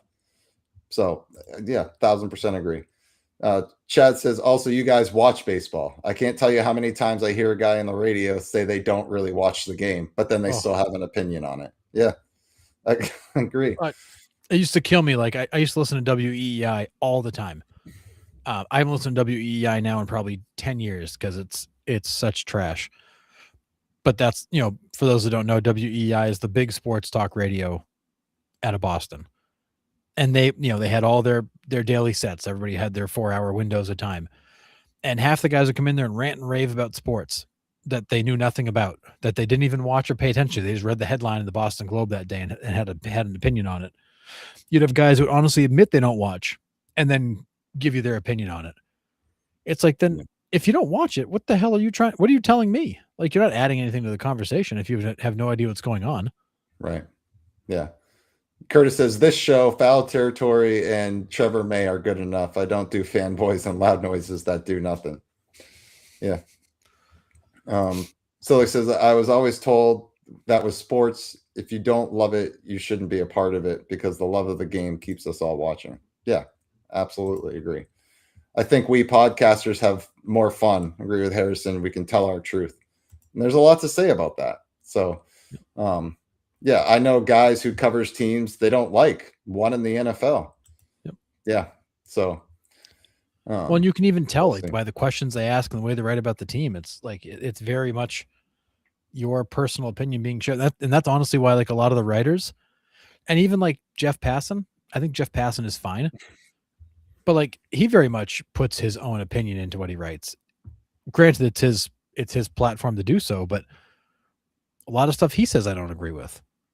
Right. And a lot of times he's wrong, but yet he'll never admit that he's wrong. Well, yeah. John Carter says Aaron Gleeman quit as a senior writer at The Athletic because they asked him to stop covering the Twins, and he is phenomenal. Dumb. Podcasters are the eyeball test, media is the analytics. Love that, Chad. But, oh man, yeah. I like what John has to say over here. Hey, maybe eventually you guys may get a Hall of Fame ballot. That'd be cool. That would be sick. That would be absolutely incredible. But yeah, I mean, I appreciate so much, and I know I say it at the end of every show, but I appreciate what you guys bring to the show, because without you, we're not doing this anymore, right? You guys spark just as much love for it, as we do loving baseball and covering baseball. But like, without you guys in the chat, like, this show's nothing, right? And I say it all the time, but I really mean it. And that's what makes us special, I think, is because we have such a fan interaction, and you add to the show. You guys add so much value to this show, and it's not just us sitting around giving our opinion all the time. Yeah. Like, we take your opinion into account too, and I think that's what makes it better for baseball. We can vent all our frustrations. We can celebrate our team's achievements, baseball's achievements. Well, I mean, maybe not baseball's achievements lately, but you know what We I'm can all saying. sit here and bitch about the Dodgers together. Exactly, right? Mainstream media can't do that. So, No. but again, thank you guys for all of your support and love throughout this whole journey. It's been incredible. And Silix, I love this comment, talking about you mentioned about Jeff Passan, which you're right, he's no Tim Kirkjian, but like I miss those days of when you had, kind of full-time Buster Olney and Tim Kirkjian and Peter Gammons and that whole crew. Like that was when you had some great guys covering baseball. Incredible. In that 90s, 2000s window. Pedro Gomez too was in there. That's right. Pedro Gomez was in there. Like you had some great guys covering baseball. And now you've got, I think ESPN's got one guy in Jeff Passan covering baseball instead of the whole slew they used to have. And so many of your writers for the bigger publications don't even care about baseball. Right. They just have to cover it. Mm-hmm. Yeah.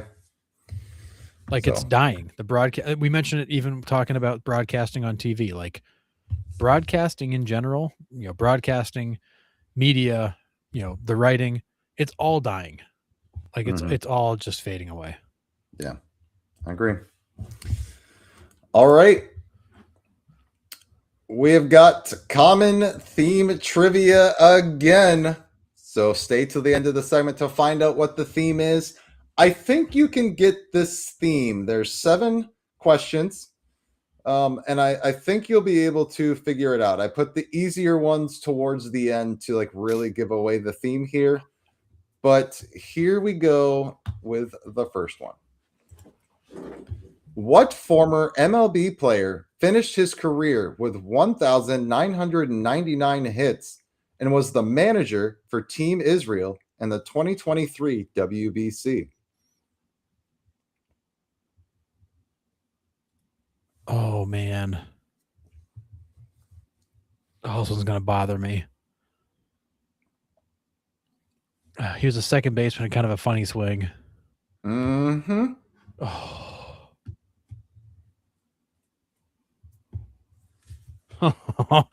Oh, I'm going to be so mad when I see the name, too. Second baseman had a funny swing. Burning Man. Rangers? No. Rangers? Tigers? Come on, Harrison. It's in there. Oh, my goodness gracious. You have him in your head. I know you do. I can picture him. Kinsler. Ian Kinsler. Yes, sir. There we go. Wow. Yes, Ian Kinsler. Yep. 1,999 hits, man. That's terrible. Right? Just one short of 2,000. That's brutal. That would bug the crap out of me, man. That's like, was it Galarraga at 399 home runs? Yeah. Oh, brutal. There they are. Yep. Kinsler all coming through. Nice job, guys. All right. Next one. Which former MLB player had 5 consecutive seasons of 30-plus homers from 2007 to 2011, which was a record for second baseman at the time? Yes, sir. Yep. I remember the stretch. It was epic. Yeah. And we were talking about Hall of Fame stuff for him, too. And then, kind of faded out. But yeah, sure did. Yeah, I forgot about how much of a delay on YouTube it is right here. But, yeah. Yeah, it seems like it's a bigger delay. Yeah, for sure. It's not Cano. It's not Dustin Pedroia. Not bad guesses. Everyone's guessing Robinson Cano. It's not him. Robbie Cano, don't you know? Oh, RIP&P. Everyone's thinking Robbie Cano. No. This guy was like sneaky. Because, of course, he did a lot of this for the Marlins where people weren't paying any attention. Right. I mean, right. Cano. Yeah. John, in the chat over here. Yeah, Marlins, John. You're on the right track. Yeah. Cano had. He went for the Braves, too, didn't he? He did. So Cano never had. We got it over here. At Patreon, on Patreon? Yeah. Mike Reed got it. Nice. Oh, okay. Nice. Yeah, Cano never had consecutive seasons of 30, looked like. So pretty crazy. But yeah, Dan Ugla for sure is correct. So there it is. Ugla has to be one of the best power hitting second basemen ever. Yes. He had Dan a hell of Ugla. a stretch. Yeah, Dan Ugla for sure. All right. This next one. Which former MLB troublemaker got plunked for railroading the catcher the night before and then stole a base down by 11 runs, which led to Chris Volstad throwing behind this player again, leading to a brawl?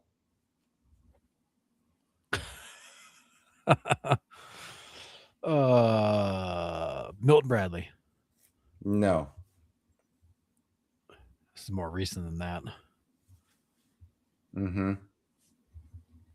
I'll even give you the team, the Nationals.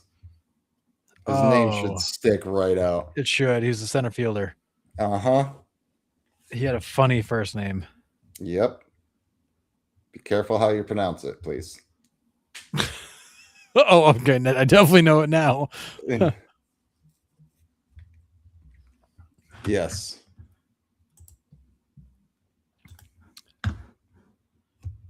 Yep, absolutely.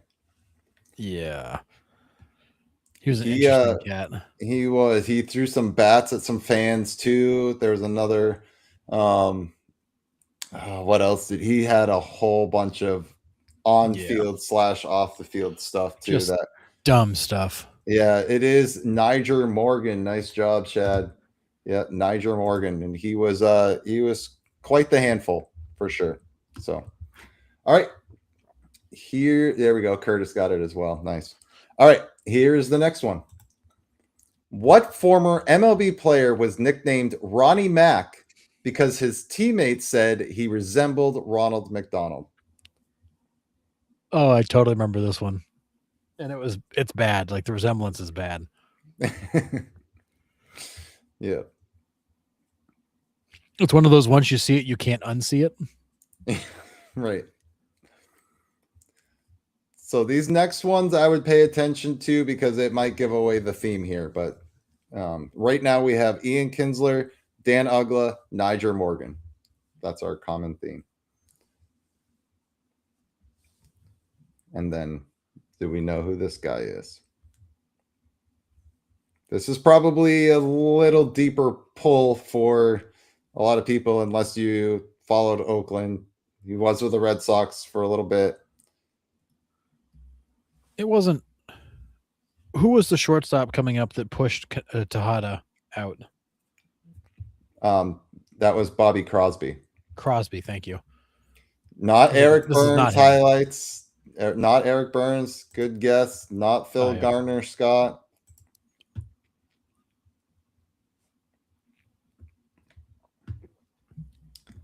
Yeah.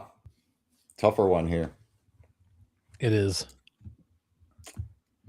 Do you have any guesses, Harrison? Oh, I know exactly what it is. Oh, you do? Okay. Oh, yeah. BK. Right. Yep, for sure. Oh, yeah, I know exactly what it is. Okay. the Ronald McDonald. Like I said, this is one where once you see it, you can't unsee it. Yep. All right.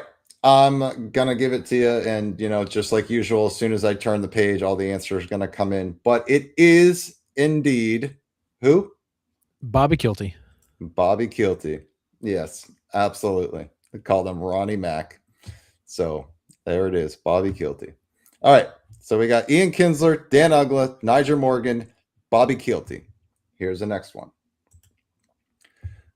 What former player had two separate stints with the Red Sox, but was on the 2013 World Series winning team before heading to Chicago and eventually winning another World Series championship in 2016?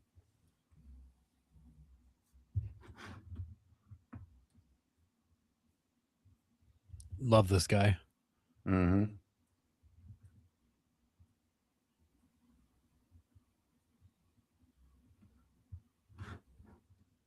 I think he's very much loved in this chat. Yeah, Mike Reed already got it over here. Not Lester. What did Mike Reed say? What did Mike Reed say? David Ross. It is David Ross. Nice job, Mike Reed. David Ross. So we got Ian Kinsler, Dan Ugla, Niger Morgan, Bobby Kilty, David Ross. here is the next one. What former MLB catcher pitched a scoreless top of the 8th inning against the Diamondbacks, recording his first career strikeout against Christian Walker in an 8-2 loss in 2019? Very specific trivia question here. Yeah. I'll be catcher.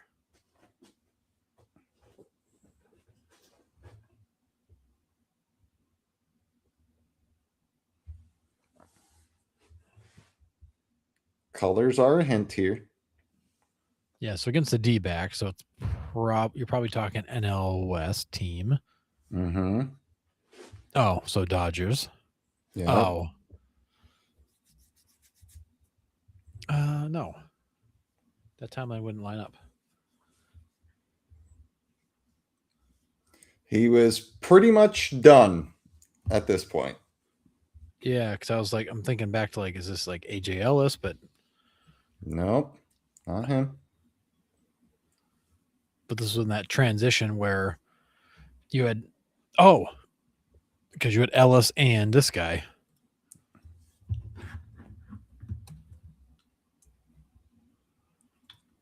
Yes, sir. Before Will got Smith.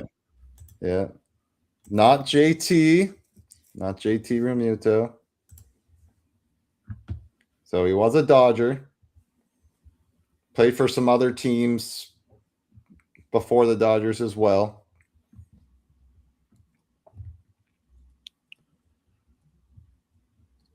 I think it was Pirates, Blue Jays. Off the top of my head, I think there's somebody else in there too. But it was pretty Yankees. good catcher for his career. Yankees, that's right. Thank you. Yep. Mostly a Dodger. Yeah. But I was thinking him with Pittsburgh. I don't know why. Oh, look, we got Loduca as a guest over here. Good one, but not Loduca. Loduca's a great guess, not him. Yep, not Loduca. Oh, crap, says former. Yeah, it's all right, Silix. No big deal, buddy. Yeah, this guy went Dodgers, Yankees, Pirates, Blue Jays, and went back to the Dodgers to end his career.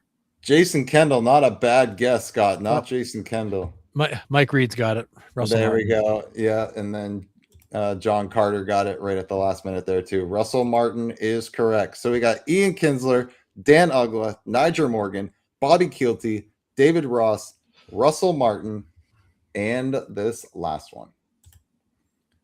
Who holds the MLB record for most straight plate appearances reaching base in history? That still stands today with 16. 16 straight plate appearances reaching base. That's crazy. And it would make sense. You really shouldn't think hard on this one. No. Because he also has the most games too, right? Yes. Yeah, sorry. Yes, the most game streak. Yeah. Kind of makes sense. Yep. I mean, 16 straight plate appearances reaching base is wild. It's 4 straight games of just reaching base without making it out. It's nuts. It's insane. Ichiro's a great guess, A-Dog. Not Ichiro. Got Pete Rose guess over here, not Pete Rose. Not Pete Rose. Yeah, this one makes total sense if you... Silix, you met Jason Kendall? I used to friggin' love Jason Kendall. I used to watch the Pirates solely for that guy. Yeah. Yeah, he was a blast to watch. Then he it was like busted his ankle. Oh, still one of the most gruesome injuries I've seen while watching a baseball game. Awful. or a highlight or anything. But yeah. Socks, John. Cool. Yep. Yep. The Splendid Splinter is correct, Silix. Nice job. So Teddy Ball Game is the correct answer. Stan Musial, not a bad guess, Scott, but not him. John got it right after. Nice. All right, so we got Ian Kinsler, Dan Uggla, Niger Morgan, Bobby Kielty, David Ross, Russell Martin, Ted Williams. What is the common theme? Wow, what an odd assortment of players.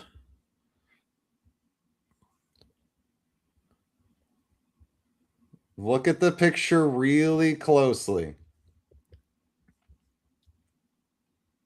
Oh, that's Stephen Vogt, right? Yes, sir. Yep. And Ted Williams, obviously we know the story. Mm-hmm. Yes, Silix, we agree with you. Ted Williams still the best Yep. hitter ever, in my opinion. He's my number one best player of all time. Not left-handed. That's a great guess, Adog. Got to think Little League World Series champions. Not a bad guess. It's not that. Oh, all managers. That was a guess. That's not a bad guess either. Not a bad but guess either. I don't think anybody hired Niger Morgan. Just throw that one out there. He might manage like a strip club somewhere, but he's not managing a ball club. Yeah, wrong club, but yeah. Yeah, was Little League even a thing for the Williams era? I would imagine. I'm sure it's around, but I'm not sure the Little League World Series was a thing. Managing fight clubs. No. I found some true Ted Williams fans. Yeah. None looked like Ronald McDonald, Scott says. Didn't wear batting gloves. Also, not a bad one. Yes, John Carter got it. They all homered in the final at bat of their career. Nice job, John Carter. Kinsler in 2019, Ugla in 2015, Niger Morgan in 2014, Bobby Keelty, David Ross, Russell Martin, all last at bat was in the postseason that they hit a home run. So Keelty in 07 with the Red Sox, Ross in 16 with the Cubs, Russell Martin with the Dodgers in 19, and then Teddy Williams in 1960. So that was the common theme. Chad just got it too. So nice. But Nick, if they homer in the postseason, does it count? No, it doesn't. That's why I put an asterisk on it. Oh, that's good. That's a good point. Yeah, we got to flag that as a not real stat. Yeah, for sure. But, yeah. So that was a fun list because I was like, man, these names are so all over the place. Such a weird assortment of players. Yeah. So you guys did well on that one though. I'm glad. So yeah, and only one typo I noticed. So good on me. Yeah, you won't be suspicious. Okay, good. So awesome. All right. I got nothing else for tonight. Harrison, do you have anything to bring up while chat comes up with anything else they want to talk about? I do have a couple things. I've got a quick hitter too, but I'll start with that one. So you've got top prospect for the Mets, AJ Ewing. Mm-hmm. Not sure if anybody is paying attention to the Mets anymore. But he hit his first MLB career home run today. Kind of a big one too for the Mets. That's in his debut, right? Did he debut today or yesterday? Today. Yeah, it was in his debut. Damn. Big one for the Mets, but more importantly, just the fact that there's any sign of life from their minor league system is helpful. But staying on the Mets train, I want to ask if anybody else saw this and laughed out loud. Did anybody else see David Stern's comments on how they evaluated and measured players this offseason based on injury potential? Oh God. I have not seen it and I don't know if I want to hear about it either. I'm kind of scared. God. Yeah. So I'm just going to paraphrase. There's a bunch of articles out there about it, but basically they asked David Stearns about start to the season. And obviously we got injuries galore. We know that.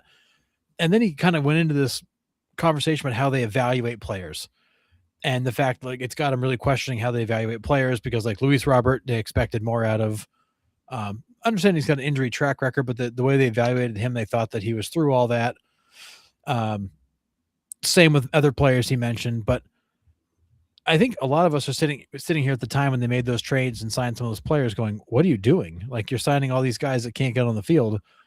And he's now sitting here like almost surprised that these guys aren't on the field.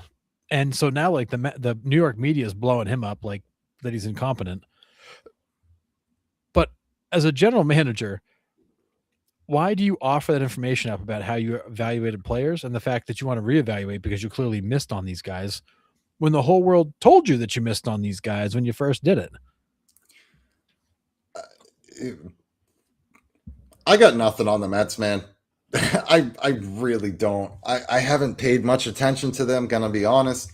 I don't know what they got going on there. I don't think they know what they got going on there, apparently, from these reports. Does it say how he evaluated them, or just that they evaluated them? So here's the actual quote. Or this was a quote from a larger conversation. And it's David Stearns. I think we absolutely have to look at our risk assessment on injured players or players who get injured once they're here. Certainly, we know we're taking a level of risk when we bring players in with injury histories. We're feeling that risk right now. And it certainly doesn't help that a number of our players have gotten hurt at the exact same time. It's not something that we necessarily anticipated, but I think it's a fair question, something we need to look at. And then he went into more details about Luis Robert, Polanco, who's also hurt. You know, all these guys he brought in that are not on the field. But it was more so like the fact that he seemed surprised. The guys with injury histories were like immediately injured. They all have track records. Like, what are you expecting? I don't. You said it. We nailed it before. We're just like, these guys are going to get hurt. Luis Robert hasn't played a full season in how long? Ever? 2020, maybe. If you call that a full season. Well, for him, it's a full season. Well, true. Mets evaluate talent by playing 3-year-old birthday party games, like pin the tail on the donkey and then overpay everyone. That's incredible. Oh, man. But you're not wrong. Yeah, I can't find the lie there. It is. It's embarrassing. That's all that is. That is absolutely embarrassing. Yeah. Really. To say that, oh, you evaluated these guys. You're telling the public that you're incompetent and you can't evaluate baseball talent. Yeah. That's exactly what you're telling them.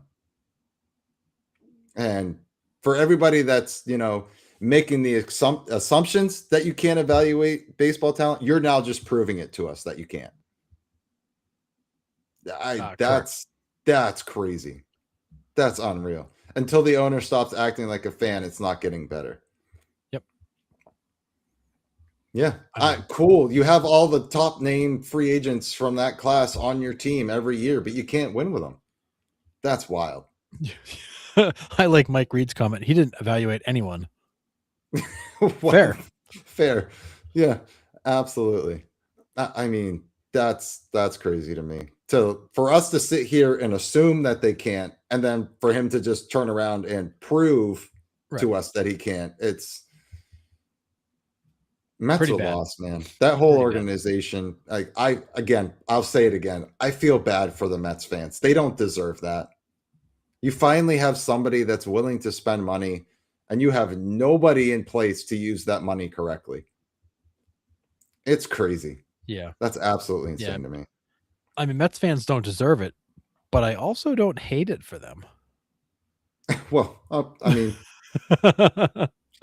that's a different conversation, Harrison. But yes, I mean, John Carter, GMs that treating signing players like it's fantasy squad rather than building a team always fail. 1,000%. Brian Cashman. Curtis says this year is an indictment of his job or lack thereof. Yeah. It's when you lose Alonso and Nimmo and refuse to fire the manager, dumb. And I think you lose two massive clubhouse guys like Alonso and Nimmo. You don't have two guys that want to step up and take that role.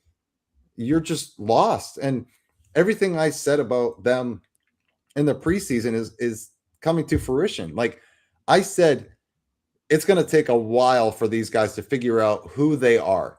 You're bringing in a whole bunch of new guys into a clubhouse that have no stability, right? You don't know who's the leader, which direction are we going, right? Because Alonso's not there, Nimmo's not there.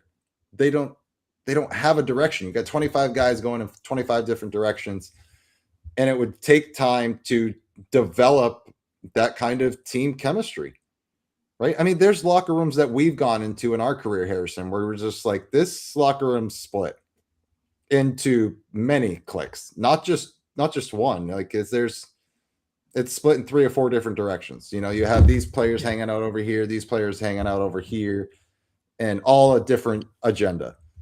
That's what this clubhouse is. I mean, again, I'm not in it, but outside looking in, these guys have completely different ideas of what it looks like to be a team.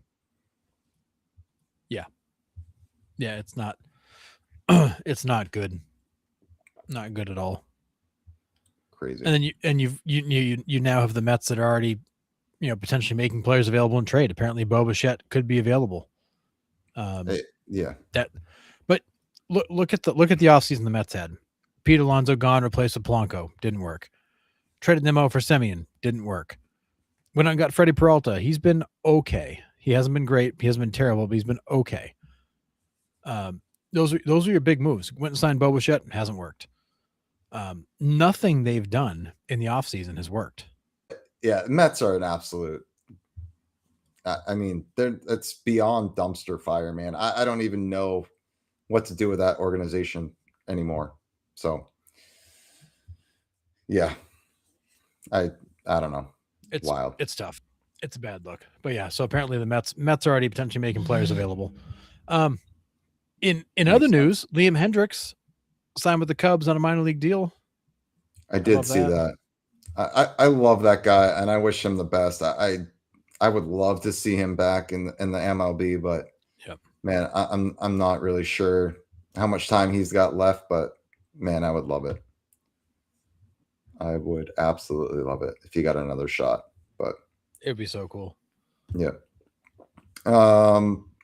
Silic says Matt Olson for MVP. Who's jumping on the train? I picked him 2 years ago and he let me down. My pick's finally coming around. Yeah. I love Matt Olson. I've loved Matt Olson forever. It's good to see him after a couple quote unquote down years to see him kind of come back and turn it on. Yeah, and Curtis, Nolan McLean is unreal. That dude can spin a baseball like I haven't seen. The movement on his pitches it's not fair. Really, he's not all fair. They got right now. Yeah. But Omar Minaya. Anytime I see Omar Minaya's name mentioned, I just start laughing. Yeah. That guy was such a clown. Yeah. So crazy. But yeah, anything else in the baseball world out there from you, Harrison, or the chat? I think that's it. AJ Hinch got ejected today after a play that was reviewed. I didn't see it. Huh. Okay. Apparently he didn't like the review. No. Well, one way to do it. Silix, this is a good question. McLean, Miz, or Ohtani for Cy Young? Now, Skeens is in this conversation. Listen, after his opening day debacle, thanks to O'Neal Cruz, he's already down below a 2. I think last time I saw, right? Yeah, he's 6-2 with 198. Yeah, he's back down underneath the 2 already after being like, it's Paul Skeens again, man. Crazy. I mean, but if Ohtani somehow stays a sub 1, then obviously it's him, but there's no way he stays a sub 1. But no. I mean, no, Skeens, I can't imagine. Have we ever seen 3 years in a row of a sub 2 ERA out of a starter? Man, I don't know. I don't know either. I mean, Pedro probably the last one to come close, and I don't even think Pedro's ERA, he was never 3 in a row. He has 2 seasons of a sub 2, 1.9 and then 1.74 in 2000 is crazy. Yeah. But check this stat out. So Paul Skeens has made 9 starts, thrown 50 innings, struck out 56 guys. Mizorowski, 9 starts, 51 innings, 80 strikeouts. Yeah, the strikeouts are unreal. But he's 3-2 of the 212. Skeens is 6-2 of the 198. Man, Skeen's got 6 wins through May. Are we kidding here? I He's know gonna the dude. shatter. He's gonna shatter He his only win won total. 10 last year. He's gonna shatter that, man. That's He's winning crazy. 2/3 of his starts. The guy might win 20 games this year. Yeah. Yeah, Mizorowski, period. This kid might get over 300 Ks. Yeah, if he's already got 80 plus, that's wild. If his arm doesn't fall off. Well, there's that too. Yeah, Silix, Matt Olson's down years are still 295, 30, and 100. Absolutely insane. But yeah. And he's back. And I'm back.